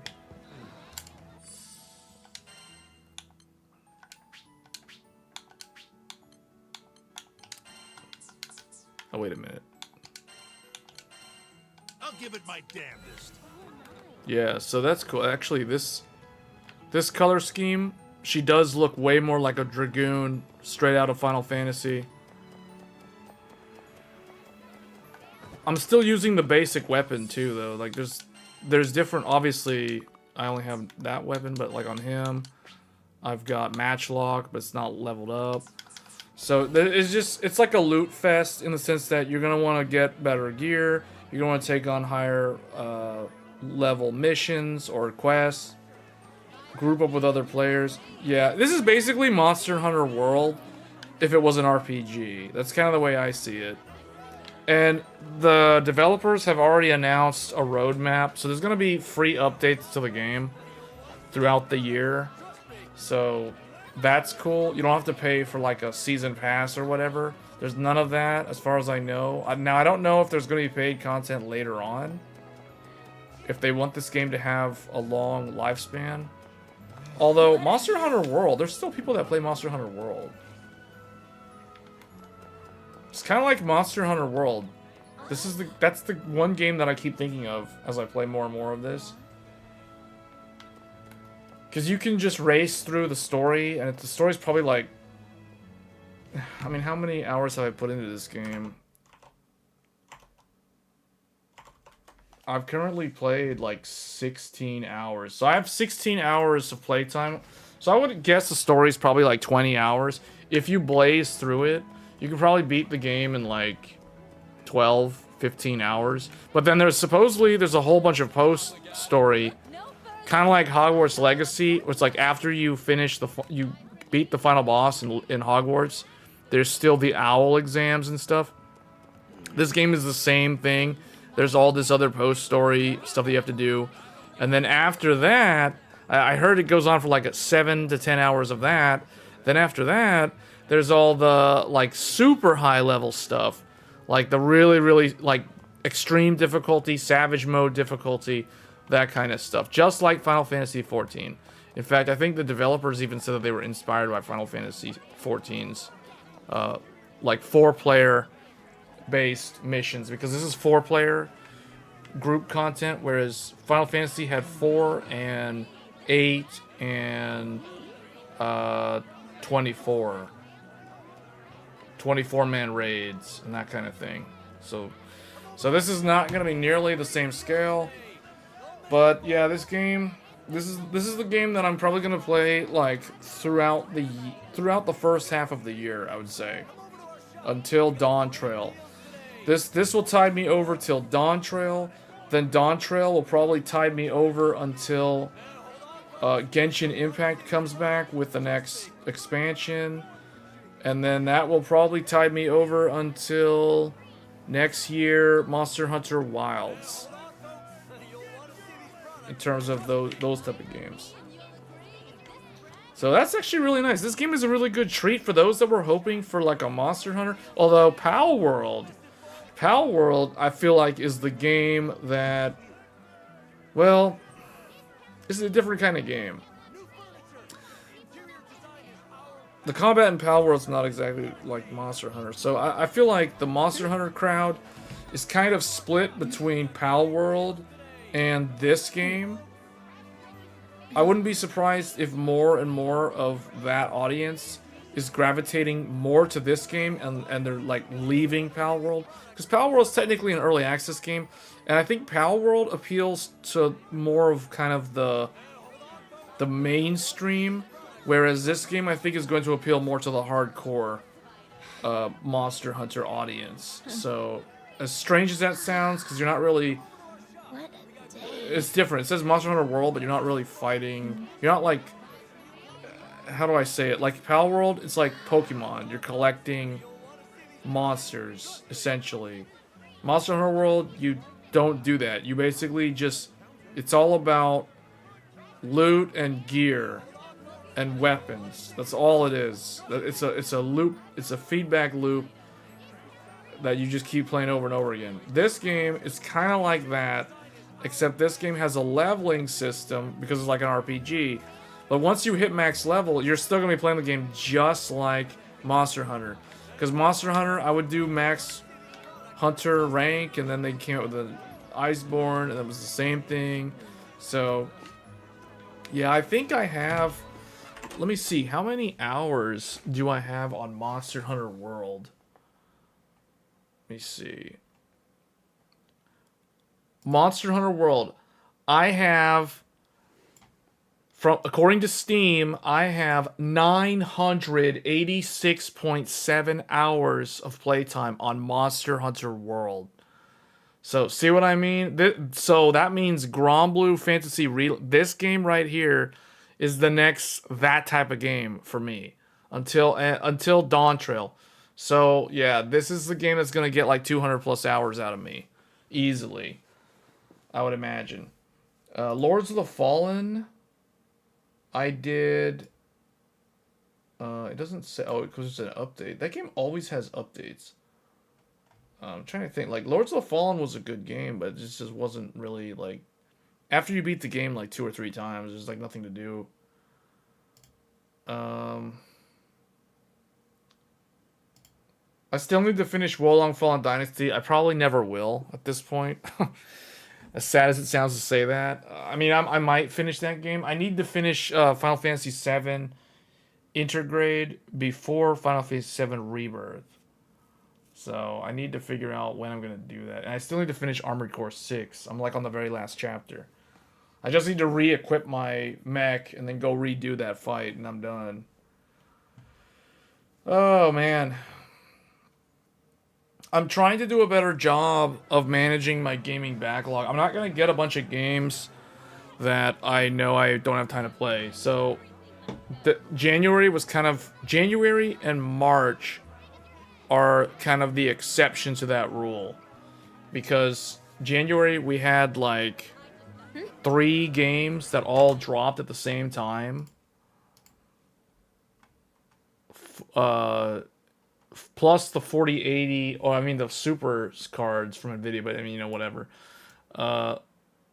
Yeah, so Pal World was a surprise, but I'm not really gonna play much more of Pal World. That game doesn't really appeal to me. So we had like Tekken 8, Like a Dragon, Granblue Fantasy, and Persona 3 Reload. Those were the 4 games, and if you count Pal World, there was like 5 games. And technically, The Last of Us Part 2 for PlayStation 5 came out.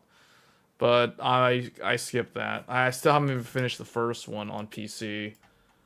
That game is basically a benchmark for me. February, there's a game called Skull and Bones. I'm probably not going to play it.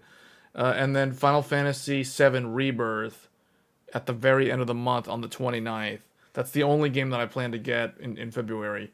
So that gives me a lot of time to try to finish some of these games. Because I know, like, Met kept asking, like, are you going to play Avatar? The problem... So here's the thing. See, like... I'm I'm trying to remember, like, Avatar. So I got Avatar for free because I bought the 7800X3D.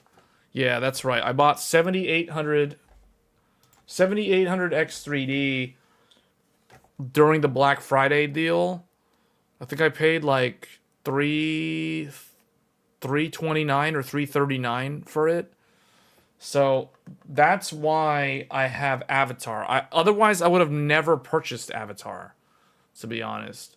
So even though it's a really good game and has a built-in benchmark, I would never have purchased it until it was like on Steam. It's not on Steam, and it would have to be like really on a Steam sale. So yeah, that's why. So Avatar doesn't really appeal to me, but it's still a really good game. But it's not one that's like on a priority list, like these other games, for instance. So I'm gonna have to make way more progress in these games before I revisit Avatar at some point. So Avatar could very likely end up being a benchmark, just like The Last of Us Part 1. Because if I get those games for free from buying hardware, I don't have as much incentive to finish those games, if that makes sense. If it's a game that I spend with my own money, that's a completely different story. See, that's the thing. Like this game, I purchased this game. I bought Granblue Fantasy Relink. So I feel more incentivized to complete the game. At the very least, complete the game. And try to do some of the post-game content, but I may not have enough time to devote to that. We'll see. Because there's all these other games. Tekken 8 is another game that I need to play more of, but it's kind of like, well, I climbed rank, I got to Warrior, which, for those that don't know, that means I'm kind of like in the middle somewhere in terms of like the world ranking. But I'm not anywhere close to like Tekken God or any of those like super high level ranks. And that's because I haven't really played Tekken since like the very end of January, or like probably like last week. So Tekken 8 is the only game that I try to play competitively. The game was technically accounted for on the price for the part. Oh, yeah. For the X3D, for Avatar, yeah. Yeah.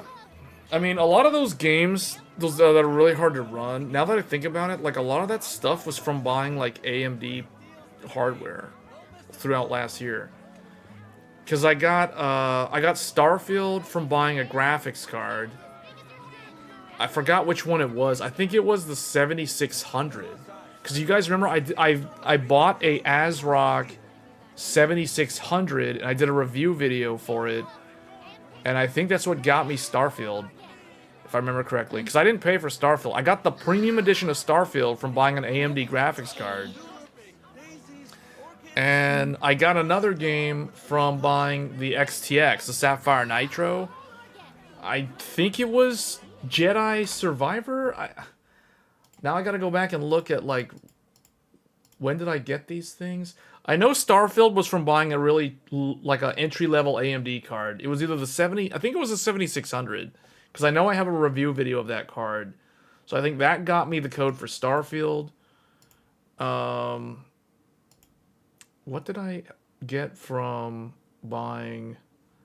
Because the only games that I purchased, like, it's weird because it's like, now that I think about it, the only games that I actually purchased last year was Baldur's Gate 3, Final Fantasy 16 on the PS5, and Armored Core 6, Fires of Rubicon.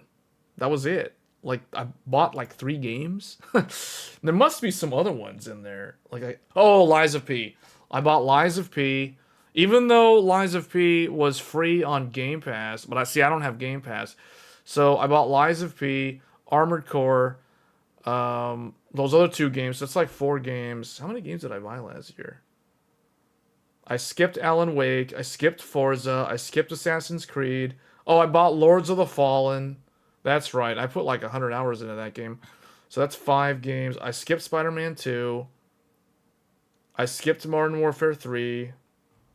So pretty much, I bought like 5 games. No, hold on. There's got to be more.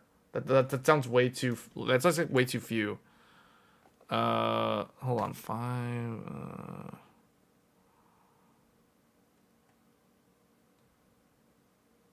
Fatal Frame, Mask of the Lunar Eclipse. So that's 6. Oh, Wolong Fallen Dynasty. That's 7. Yeah, that's... Oh, and Hogwarts Legacy. Of course, Hogwarts Legacy. So I bought like 8 games last year. Yeah. And then I guess technically at the very end of last year, during the winter Steam sale, I did buy Halo Master Chief Collection on Steam for like $5. So, I mean, that counts. That's like, what, 9 games? Oh, and Dead Space. I bought Dead Space while it was on Steam sale at the very end of the year as well. For like, I think I paid like $15 or something. So that's 10 games. So I bought like 10 games last year. And how many games did I get for free? For buying like AMD stuff. The Last of Us Part 1 was free. Okay, I think I got The Last of Us from... I think I got The Last of Us from the 7900 XTX. I got Jedi Survivor from the 7950 X3D.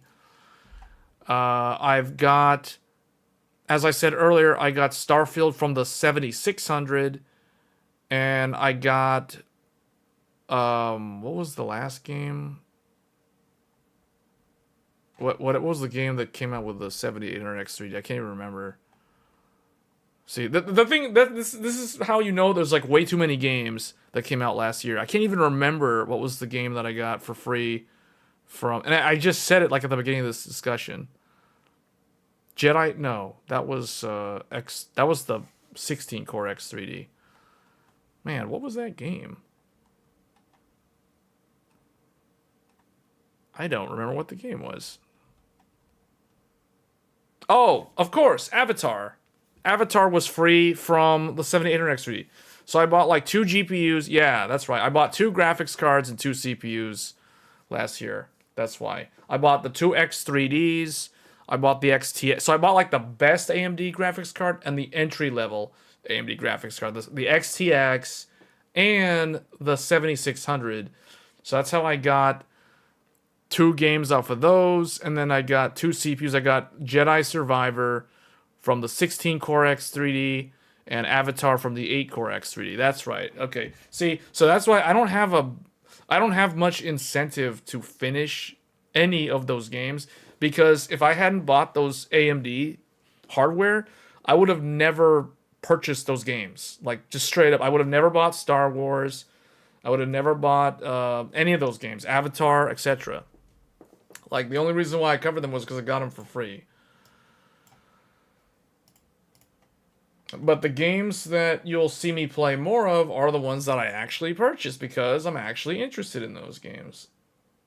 So that's why we cover Tekken 8 extensively. That's why we cover this game extensively, or at least the playthrough. I don't know if I'll stream... Like, once I finish this game story, I'm not going to live stream this game anymore. I mean, I might, but realistically, no. I'll cover something that's newer or something that I haven't finished yet. But I will be playing this game off stream a lot. Like, I can tell you guys right now, I can already tell, because this game has a lot of post-game content. This and Tekken 8 are going to be the 2 games that I play, like, in my free time. Until Final Fantasy XIV Dawn Trail this summer. So, let me just look at my list for the year. So, after Final Fantasy, March, Dragon's Dogma 2, Rise of the Ronin, and I need to write down, even though I might not get it, Horizon, Forbidden West on PC. Horizon Forbidden West is coming to PC on the same day as Dragon's Dogma 2 and Rise of the Ronin. So that's 3 games. I know out of the 3 of them, I can 100% guarantee that I'm buying Rise of the Ronin on PlayStation 5.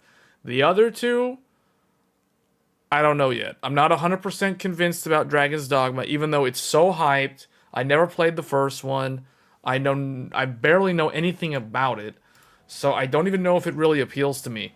So I don't want to end up like Baldur's Gate 3, where everybody hypes Baldur's Gate 3. I get on the hype train, I buy the game, and it was only like $30, and then I play like 12 hours of it, and then I never touch it again, and I never really got past the first chapter. So, or the second chapter or whatever. I think I was still in the first or second chapter. So, Baldur's Gate 3 is a really good game, but it's not really... It's so time-consuming and very technical, gameplay-wise, and also RNG with the dice rolling and stuff, that it doesn't really appeal to me that much. That doesn't mean it's a bad game. It's just not really for me. And I don't want to end up in the same scenario with Dragon's Dogma 2, where I buy into the hype train, and I end up buying the game, and then I barely play the game. So I'm not gonna... That's why I'm not 100% convinced on Dragon's Dogma 2. I'm gonna be way more strict in terms of whether or not I'm actually gonna buy that game. And then Horizon Forbidden West, even lower priority, because if I get that game, the only reason why I would get that game is for benchmarking graphics cards. But I don't really think it's gonna be that much harder to run than the original.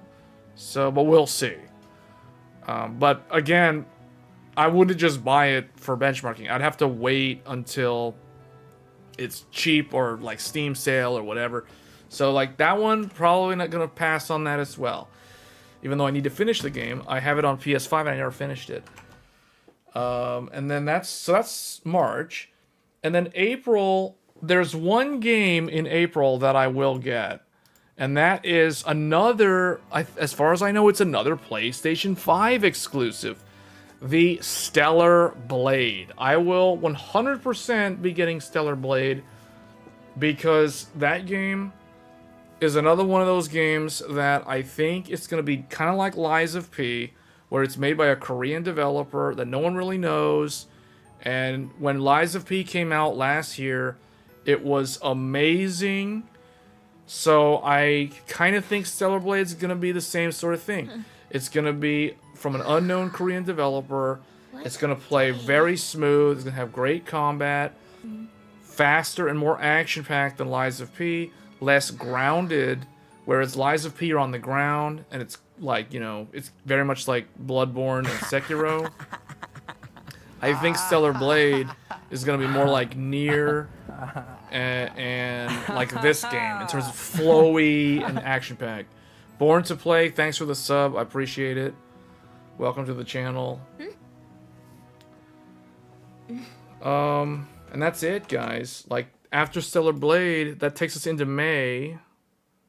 And I have nothing listed. And then June, I have nothing listed. I don't know when Dawn Trail's coming out. I assume Dawn Trail is going to be at the end of June, early July. So, I have tentatively placed Dawn Trail at July 12. I don't think that's correct. I think it's going to be earlier than that, but I could be wrong. And then, the only other game that I have, which I don't think I have the actual release date, is The Legend of Heroes Trails Through Daybreak. That's another JRPG. Sometime in the summer it's coming out. I've been waiting like 3 years for that game to come out in the West. I actually have the Japanese version on PlayStation 4.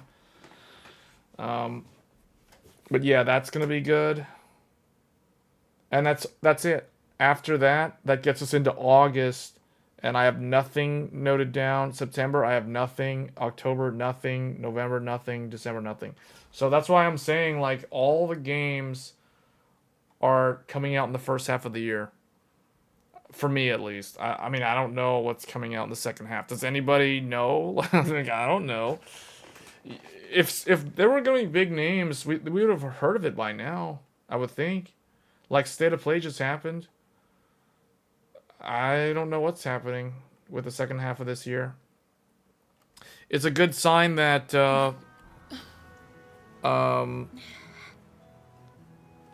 it's a good sign that that kind of implies that we're not going to get as many games as last year, or at least good games. The games that are coming out are really not that hard to run. I mean, to be honest, so don't really have to worry about computer upgrades or anything.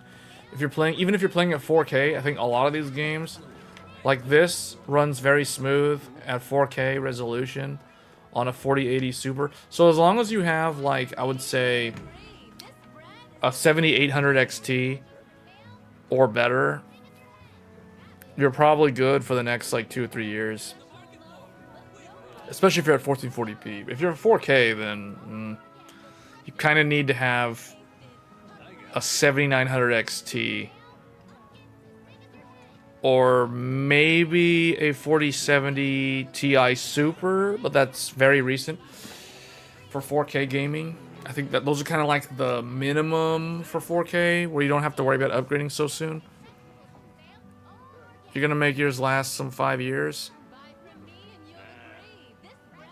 Yeah, well, you know what? Wendell from Level 1 Text, Wendell, he's probably one of the better YouTubers. He's one that's more similar to me, I think, in terms of, like, the technical depth. He said that in his 7800 XT review video, he said that is what he considers the 5-year graphics card. Like, that's the graphics card that someone will buy, and then they won't upgrade for, like, 2 upgrade cycles. They'll have it, they'll skip the quote-unquote 8000 series Radeon or RDNA 4, and then they will also skip RDNA 5, and they won't upgrade until RDNA 6. So that's, you know, think of it like someone who was on a GTX 1080, for example, or a 1080 Ti, or a Vega 64. They skipped 2 generations. That means they skipped 20 series. That means they skipped the RDNA 2. So they would be looking at going to RDNA 3. So if someone's on Vega 64, you know, that was 2017. Fast forward 5 years, that would be 2022. So definitely that type of person would be due for an upgrade by now. So based off of the 5-year graphics card. Because I feel like the graphics cards are you're either a 3-year or a 5-year. It's 3 years or 5 years. So if you go 3 years, like, let's say you bought the XTX at launch. That was the very end of 2022. That means you have to add 3 years. That would be the end of 2025. So that would be the end of next year, which would be RDNA 5, probably. So they skip RDNA 4. And that's a 3-year cycle. If you're going 5-year cycle, you skip RDNA 5 and you would go from RDNA 3 to RDNA 6. The higher end RDNA 5 may release similar time frame to how that 7800 XT came out September last year or so. Yeah. Right. So it depends on where you were in the upgrade cycle. And see, the thing is, not everybody upgrades to a generation when that generation starts. You know what I mean? So, like, somebody might buy the 7800 XT this summer, or like today, or like a month from now. You know, and it's not like the newest thing.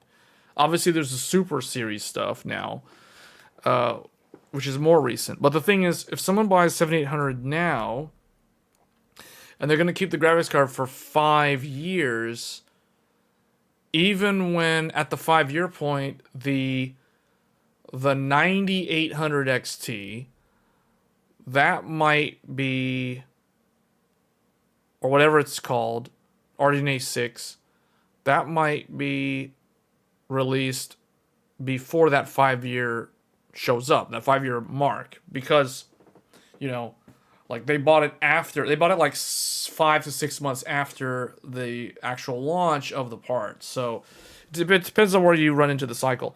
Because I know, like, there's a lot of people who will end up buying, for example, the Super Series. We'll use that as an example. Someone might buy, like, okay, like, we'll just use me as an example, right? Like, here's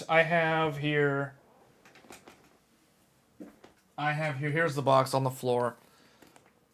And I think NVIDIA is retarded when it comes to the box. Like, why did they make this all blacked out?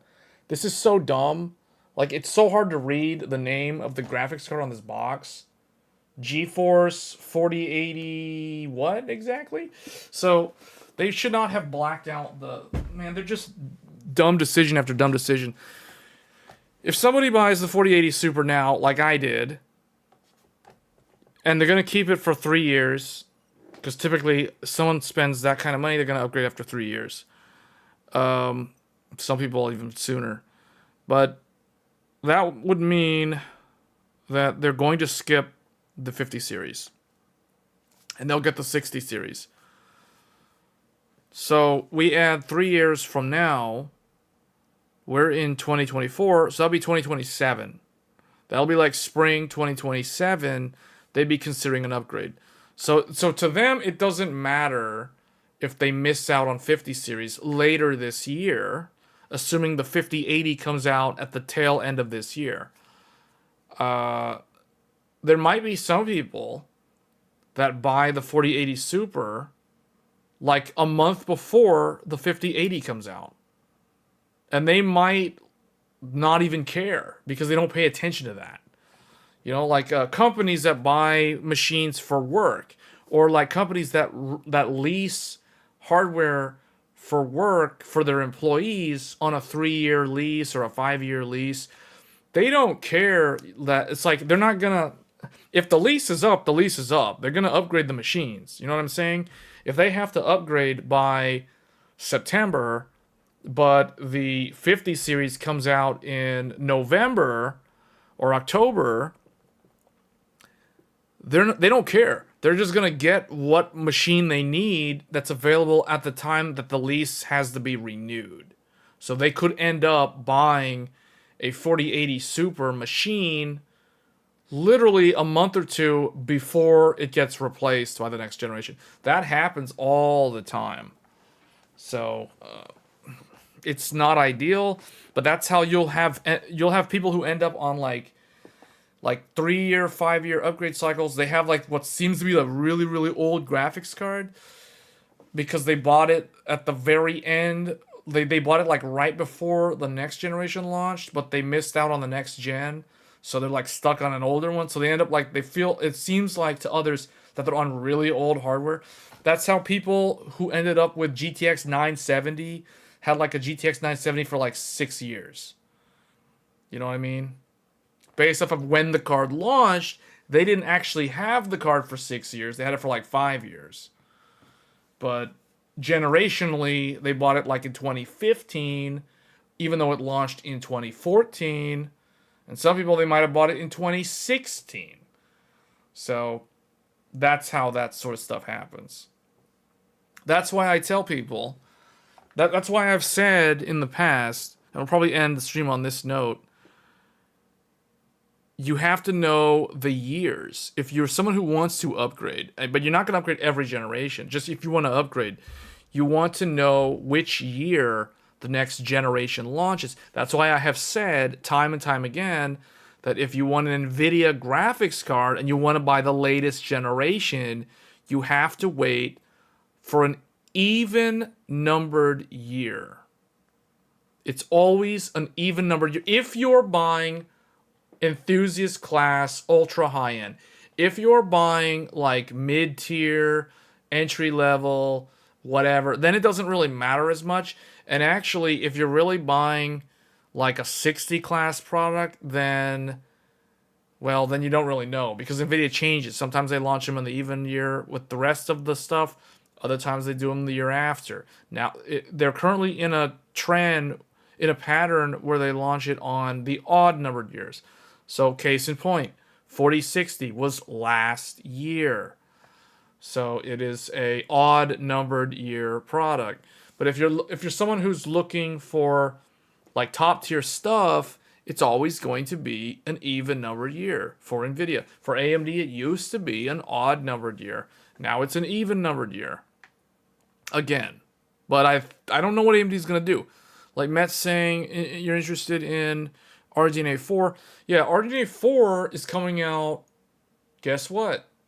Even numbered year, supposedly, if the rumors are to be believed. But again, that falls into what I just said earlier about if you want to upgrade to the latest generation, you have to be on an even numbered year. Which means if you're in an odd numbered year and you want to upgrade to the latest generation, you're going to be upgrading to the current gen that launched the previous year. So you'll always be on like that alternate cycle. What I like to call the off season. If someone upgrades on an odd numbered year to an nvidia graphics card, they're always upgrading in what I call the off season. They're off season. I used to use this phrase referring to MMOs because expansions for MMOs usually got a whole bunch of people to resub to the game for like 2 or 3 months. And that's why I call those the in-season. That's the MMO is in season. Meanwhile, the following year, there's no expansion. So people unsub. The server load goes down. It's easy to log in. There's no queue times, etc. And I call that year the off-season year. So we're currently in an in-season year for GPUs. Because the 50 series is coming at the end of the year. It wasn't always like that. nvidia used to launch in the spring. They did 10 series. GTX 1080 was May of 2016. And 1070 was June of 2016. And then the 1060 was July of 2016. So it wasn't always like that.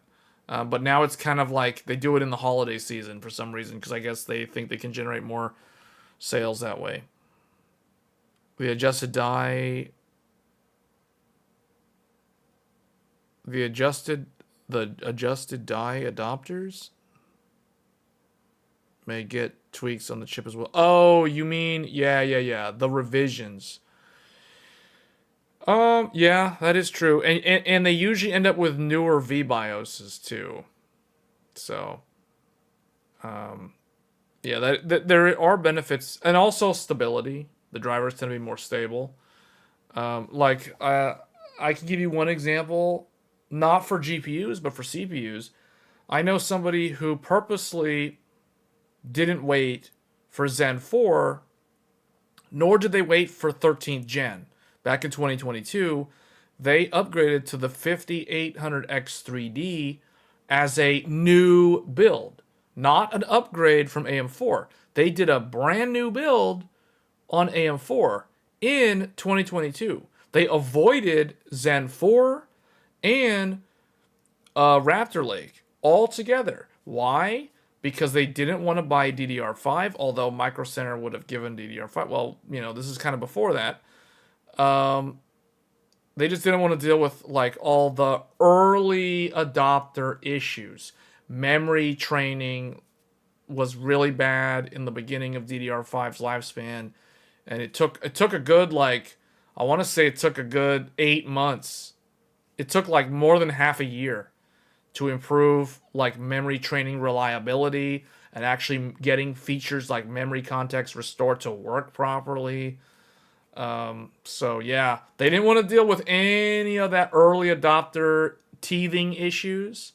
So they avoided all of that by just building a new AM4. Now, this individual was on a very old machine.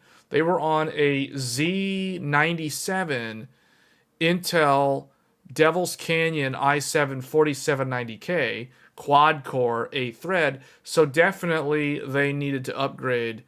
And obviously the 5800X3D is like a completely different planet, basically, compared to the old Intel i7. So they didn't want to wait. DDR4 was cheap. They had to buy DDR4 because they were on DDR3. So they had to do a full build, but they avoided all the new DDR5 platforms from both Intel and AMD and just went straight to a mature AMD AM4 platform. So, and I can tell you, like, the difference between Zen 3, building a new Zen 3 machine versus building a new Zen 4 machine, there's a massive difference in the building experience in 2022.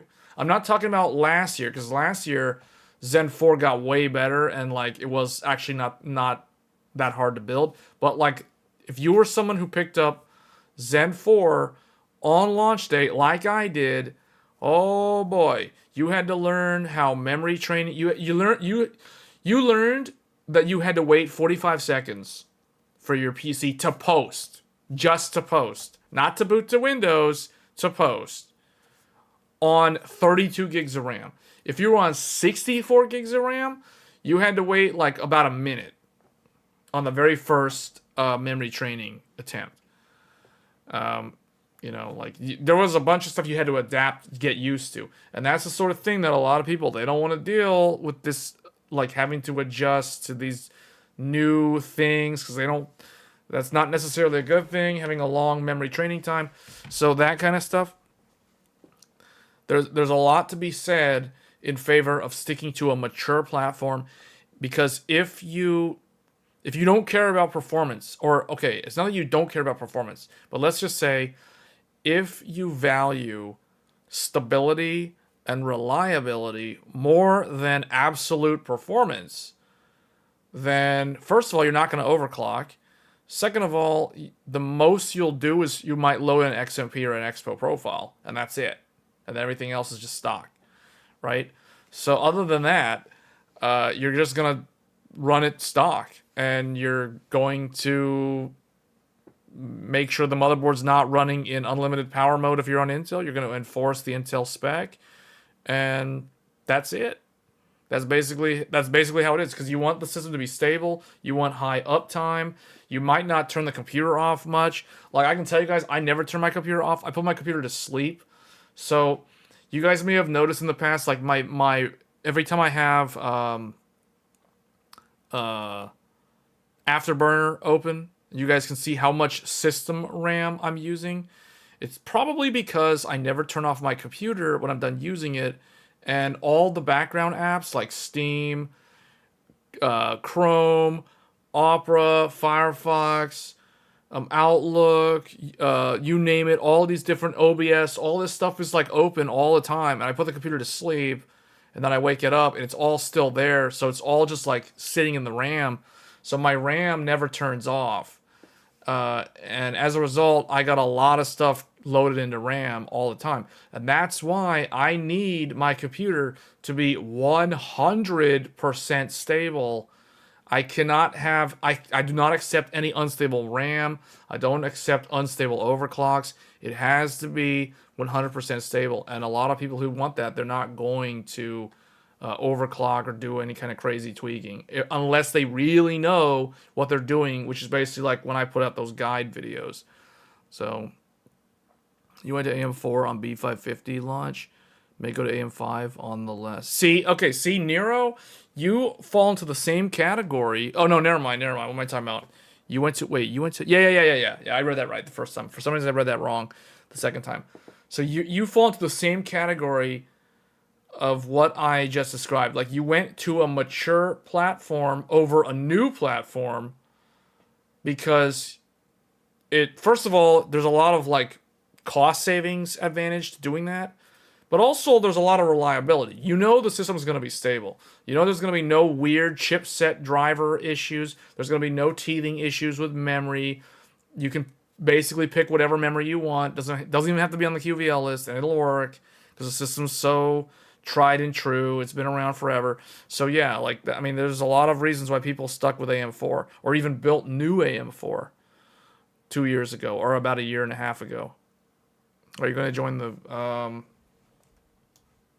let me see, what time is it?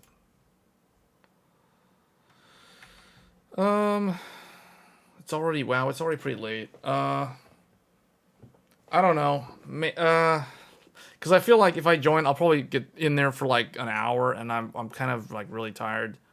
So maybe tomorrow.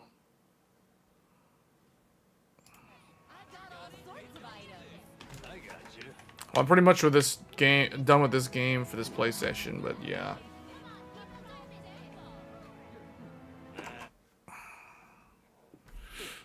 But yeah, this year, pretty much the way I'll sum up this year, 2024, it's like it's gaming focused in the first half of the year, and then it's hardware focused in the second half of the year. That's how this year seems like it's going to be structured for me. In terms of like my hobbies, I feel like the first half of the year is gaming focused. The second half of the year is hardware enthusiast focused. And it's starting to look like it's really going to be that way. Like all these rumors about RDNA 4, about Intel Battle Mage, the 50 series, Zen 5, who knows what Intel's gonna do with Arrow Lake? Like that's the one that's even more mysterious than probably everything else at this point. So I think the second half of this year is gonna be really interesting. Oh, also the PlayStation 5 Pro, the PS5 Pro is coming out later this year in the second half. So lots of interesting stuff. If you're a hardware enthusiast, the second half of this year is going to be very interesting. But the first half is drier than an oasis in the Sahara. You know what I'm saying? Like, it's literally the desert. I mean, okay, unless you count the 40 series. Unless you count the 40 series and the 7600 XT. There's not a whole lot here right now when it comes to hardware. That's why it's been kind of hard for me to figure out what videos to make. Like, I'm working on some content for the 4080 Super, but I feel like that stuff is just kind of redundant at this point. So I gotta figure out what I'm gonna do. Like, make another video about memory, make another video about the melting connectors on the 4090. I don't know. I feel like a lot of this stuff that I talk about has already been done already. So it's just like adding more redundancy instead of original content. So we'll have to think about it. Anyway, guys, that's probably going to be it for this stream. Matt's saying you're only interested in RDNA 4. Yeah, I'm interested in Battle Mage. I'm actually more interested in Battle Mage than RDNA 4, to be honest. But, I mean, we'll see. If it turns out that it's going to have hardware ray tracing on there, like dedicated BVH, then yeah, that'll be interesting. But, man, I really don't want to buy a GPU this year. I mean, yeah, I don't know. Because, see, I typically don't buy NVIDIA's cards at launch because they're super hard to get. And if you can't get one at launch, like if you can't get a 5090 at launch, you're basically going to wait until next year.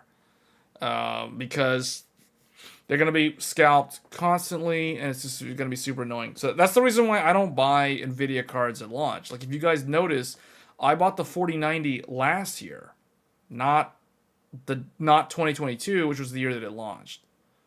So 4080 Super is kind of, I don't know, I'm starting to think it might have been a waste of money for not much gain. But at least I have it to compare like RDNA 4 to or whatever. So we'll see. And I guess future GPUs. Because I don't want to end up in a situation where it's like I don't have a non-flagship NVIDIA card to do benchmark comparisons against. Because if I only have the 4090 and like, let's say next year, right?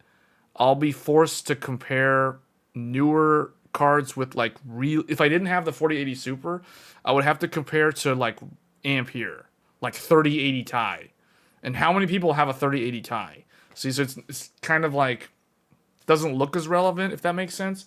So I feel like this year is the last year that the 3080 Ti will be relevant. Like I can compare it to other things and it still makes sense.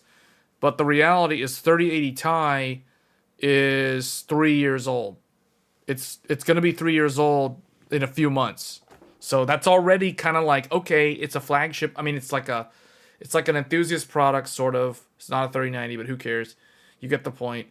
And those people typically upgrade every generation or every other generation. So 3 years is kind of like the maximum that the card is relevant for its target consumer, if that makes sense. So that's why I needed to replace it with the 4080 Super, which I still kind of think is a 4080 Ti, but whatever. It's like the same as a 4080, so you can't really call it 4080 Ti.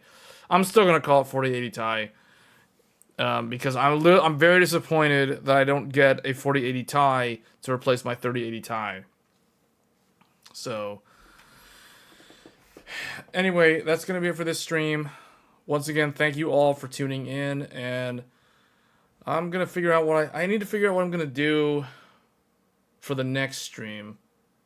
If I do stream tomorrow, like what I'm going to actually do. Like, is it going to be something other than this? Is it going to be this again? I don't know if I'm going to stream this again. We'll see. I'll think about it. All right, guys. Thanks for tuning in. I will catch you guys next time. Take care.